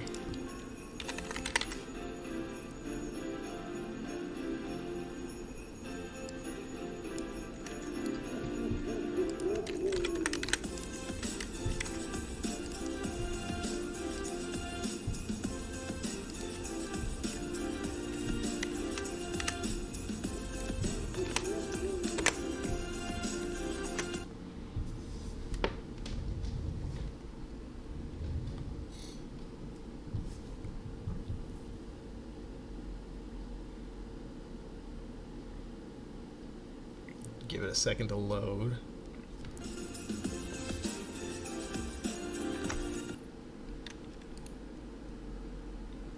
But you want scary?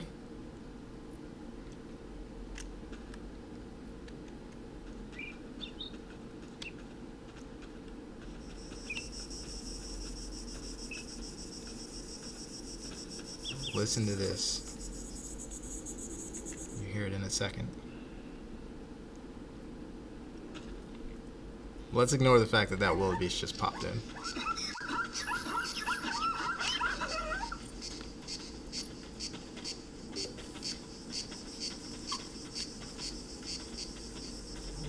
Listen to that hyena laughter and cackling.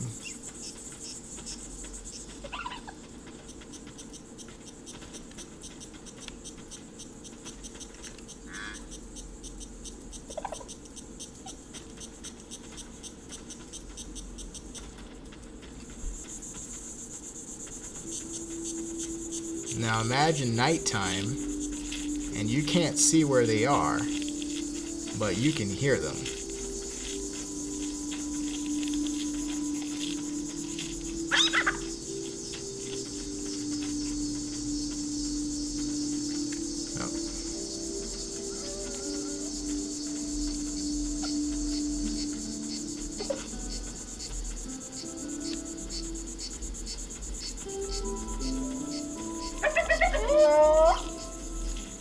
Hyenas are scary, especially at night.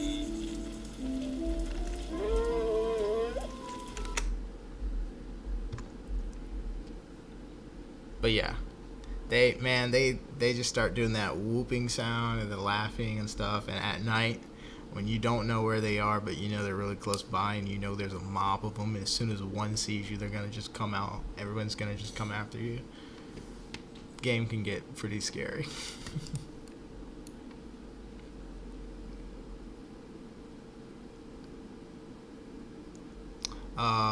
What's up, Kara? Is the 25th over? Is it the 25th over? Yep. It's Christmas. Merry Christmas. It's nerve-wracking in the dark of night. Yeah, man. Let me show you this real quick.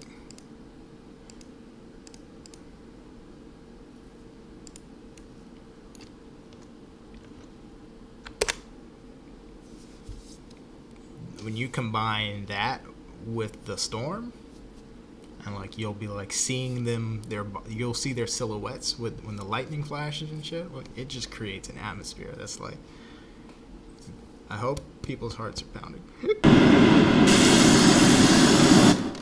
Oh, it's kind of loud. Oops, hang on, I forgot to make it nighttime.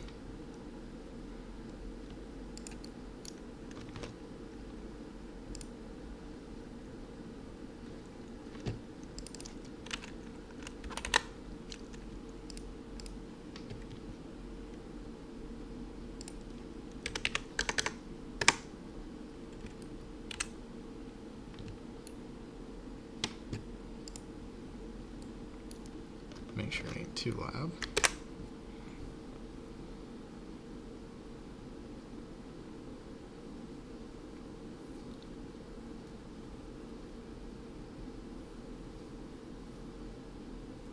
Merry Christmas, my American friend.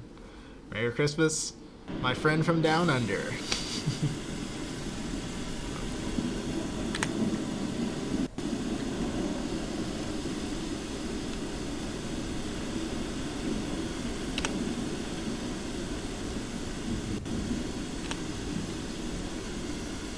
So like with the night vision off, and you have nothing but lightning flashes,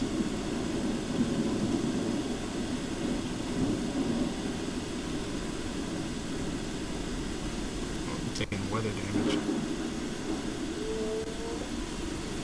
And you can hear them, right? But you can't really see exactly where they are yet.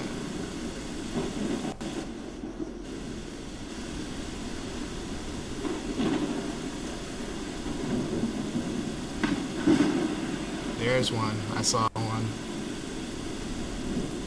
Straight ahead. Look, you saw him? Look at him, he's right there. That's environment, dude. Oh.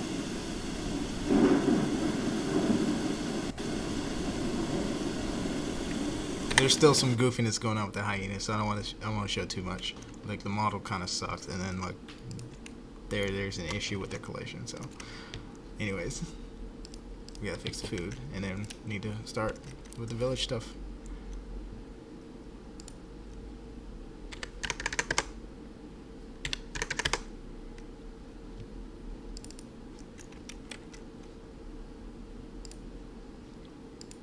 Let's turn it back to partly cloudy. And let's see here. Let me grab my controller.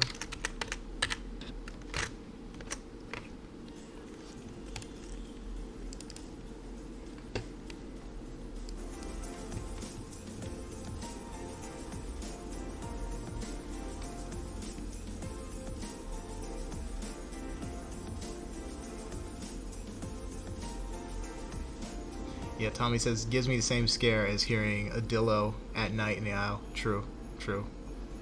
It's like, that's one of the worst things you can hear at night in the aisle. Hyenas will break your ankle with one bite, crippling you for life or worse. True. That's going to be a possibility.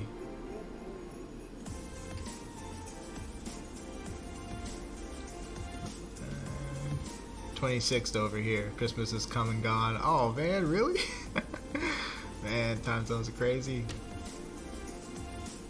Some glowing eyes if you shine a light. Yes, yes. Their eyes are gonna glow. I don't have it yet, but their eyes and some lions' eyes will glow at night at a certain time, because I want to do it where it looks cool but also not ridiculous, because their eyes are not glowing, they're like reflecting light sometimes, so you kind of have to balance it with the lightning flashes and the moon. Well, I'll just make it glow for a second and then go down, and glow when it flashes again and go down, so it'll look really freaking cool. It'll get the point across without being like too heavy-handed.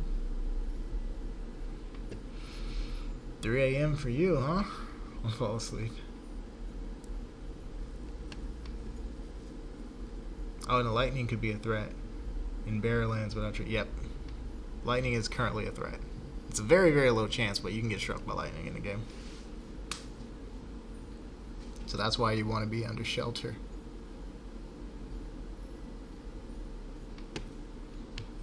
And if you remember, the exclamation point that was appearing on me when it was raining was weather damage. So the weather can damage you, including the lightning events.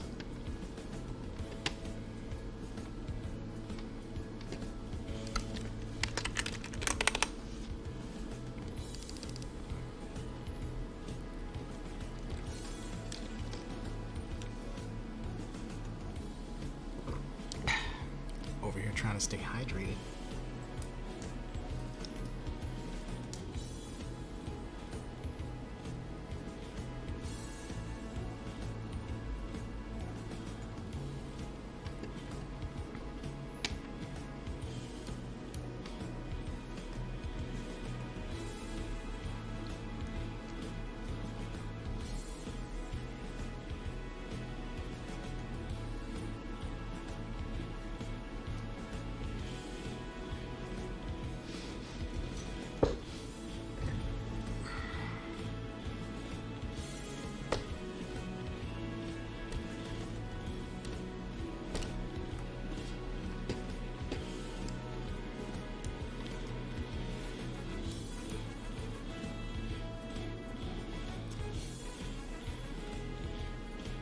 Oh, okay.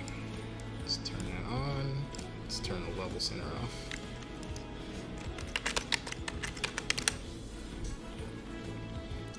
So how do we get food if that was turned off? Is the question.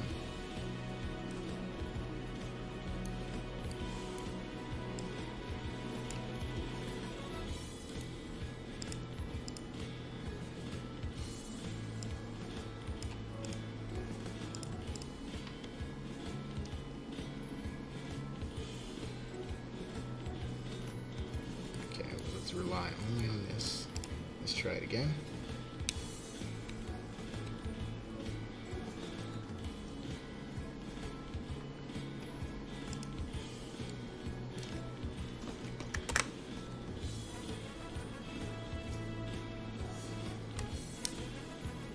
So it says you're gonna have fun with natural disasters like wildfires.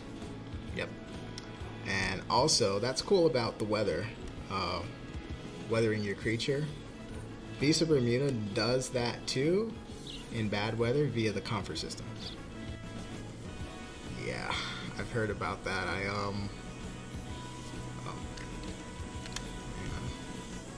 on. Okay. Huh. Okay, so it's not stacked, but it's still too close to the player. Why is it off of me directly like that?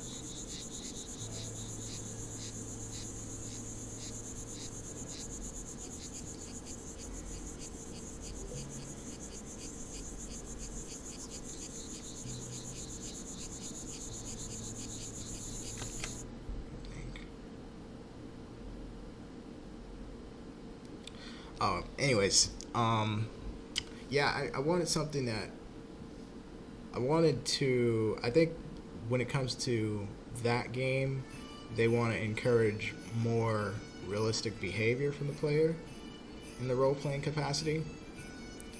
And to an extent, that system does that.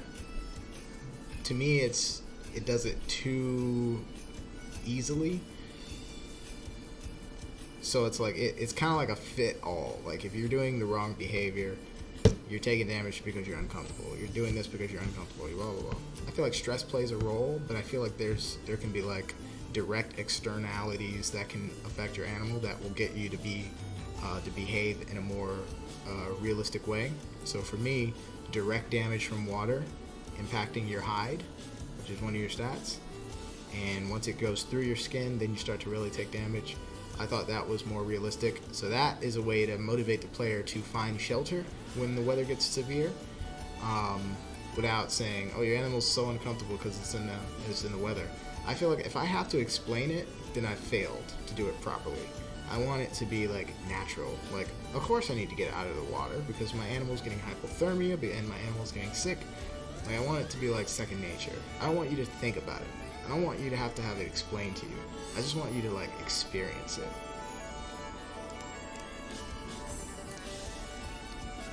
Let's see. Like it didn't say weather damage. You know what I mean? It just put the exclamation point that you're taking damage. But I feel like that's all you need. You know, just let you know you're taking damage, and then let you figure out it's because you're in the freaking middle of a thunderstorm, and you've been out there for too long. Alright, so it should work now. Or we should get a different result now. Wait, I didn't do anything. I didn't do anything at all. I didn't change anything. I got distracted. Well, it's loading now, so. Show, don't tell. Yes. I come from a filmmaking background. That's one of the main rules of filmmaking. You show, you do not tell. You do not spoon feed the audience. They get bored.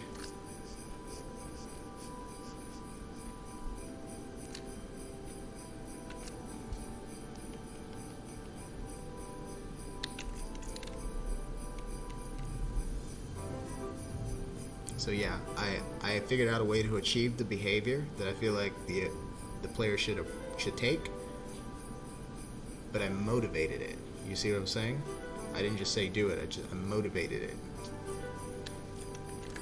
I want you to seek shelter because it's harmful for you to be on the weather. Let's see.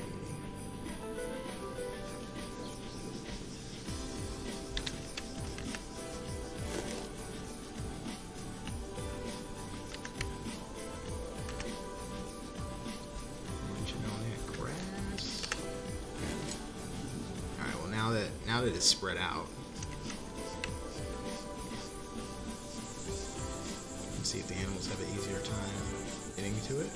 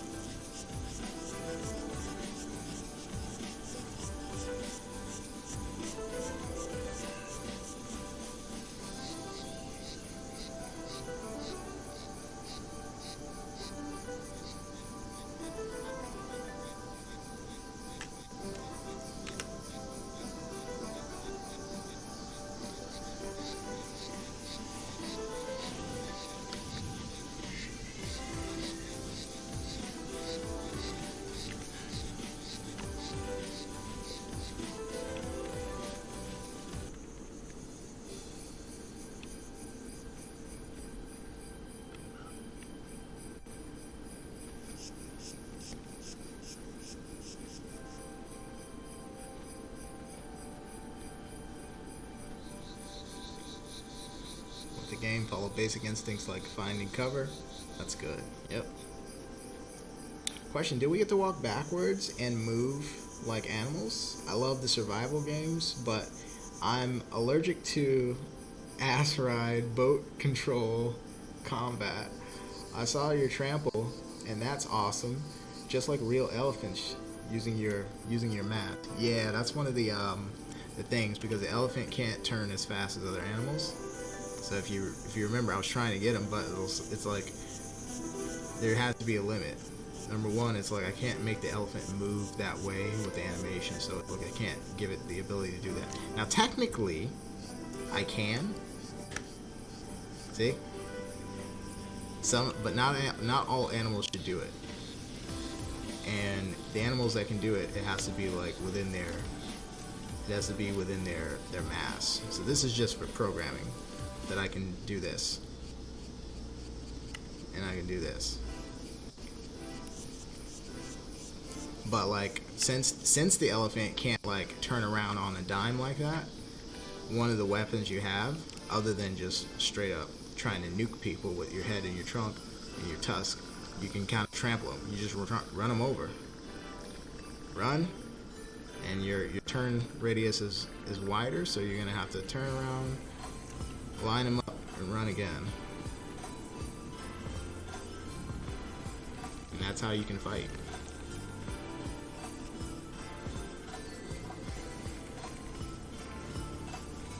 But you can get trampled too, so like that wildebeest is the same size or bigger, so if he wanted to move, he would trample me. He's not territorial, because he would attack me if I was eating from food like this.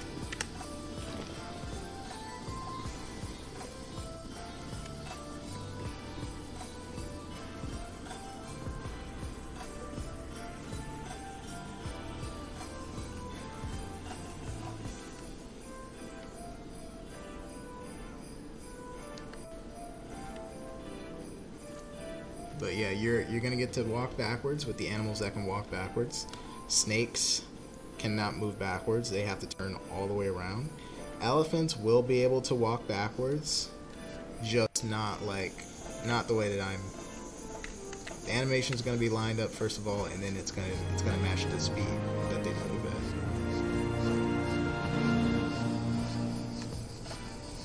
But there's going to be like a balancing thing. So if you're not an animal that can walk backwards, then you're going to have different ways of trying to fight. These guys don't really have to fight. Oh, couldn't trample them? There we go. These guys just go in their shells. Oh, hello, what happened? Did I kill him? That's not correct. I gotta check and see what the health for the tortoise is, because it should be, his defense should be much higher.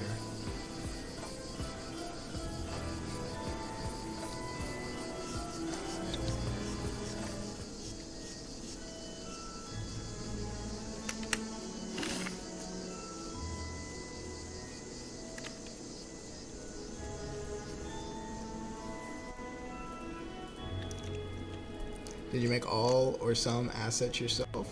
You talked about hyena models needing new ones. It's a mixture. What I can't make, I buy from people who can make it better. People who have the time. I'm a single dev, so it's like what I don't want to do is reinvent the wheel. Especially with animals, there's really no. Oh, that's a lion. There's really no room. There's not a lot of room for creativity with like animals, like there is for like theoretical creatures, like fantasy creatures or dinosaurs, which we think we know what they look like, and you can have different interpretations. But an elephant looks like an elephant. A German Shepherd looks like a German Shepherd. You know what I mean?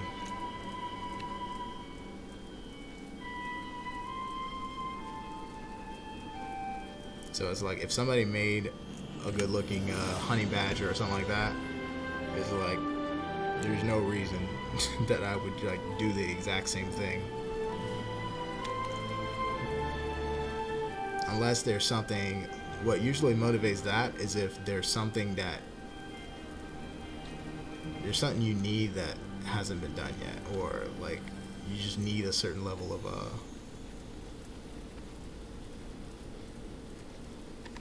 you just need like a certain level of detail that you're not getting somewhere else.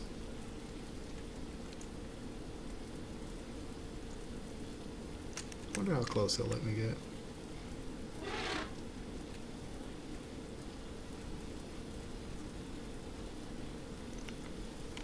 What's going on here?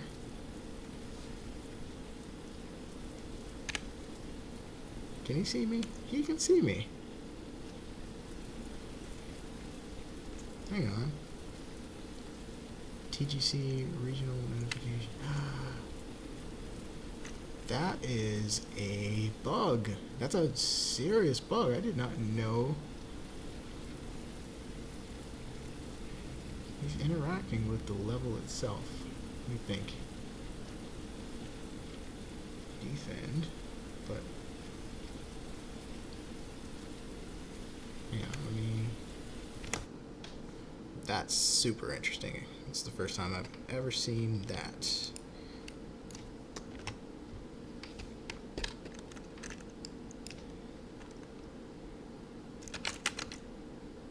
Region. That means they all were perceiving it.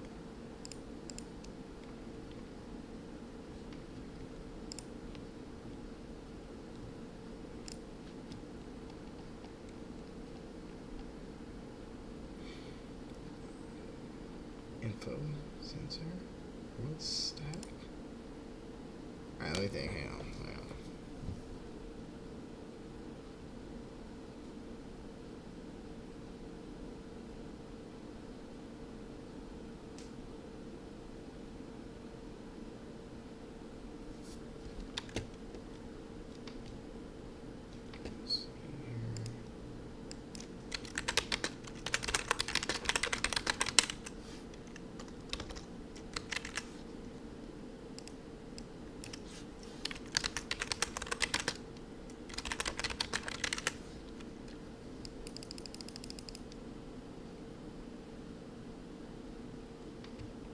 Maybe that was causing the other issues somehow as well. I don't know how I would not have seen this before.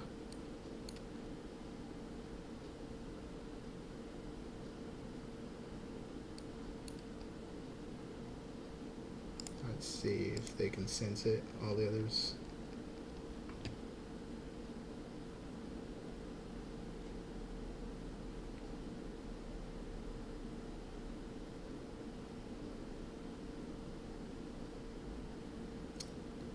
That doesn't make sense. It's not a pawn.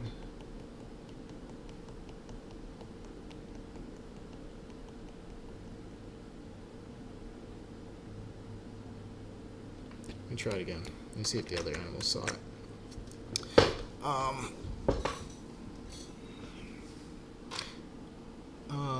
Tommy says, I mean, snakes and crocodiles don't really turn like that. They can turn on the spot and strike. Yeah, the snakes can turn on the spot, but like, yeah, obviously they can't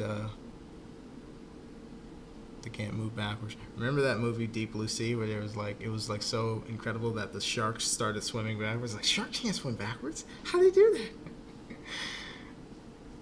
that? I've been thinking about certain abilities for animals that will be a part of this. Uh-oh, thinking about the crash.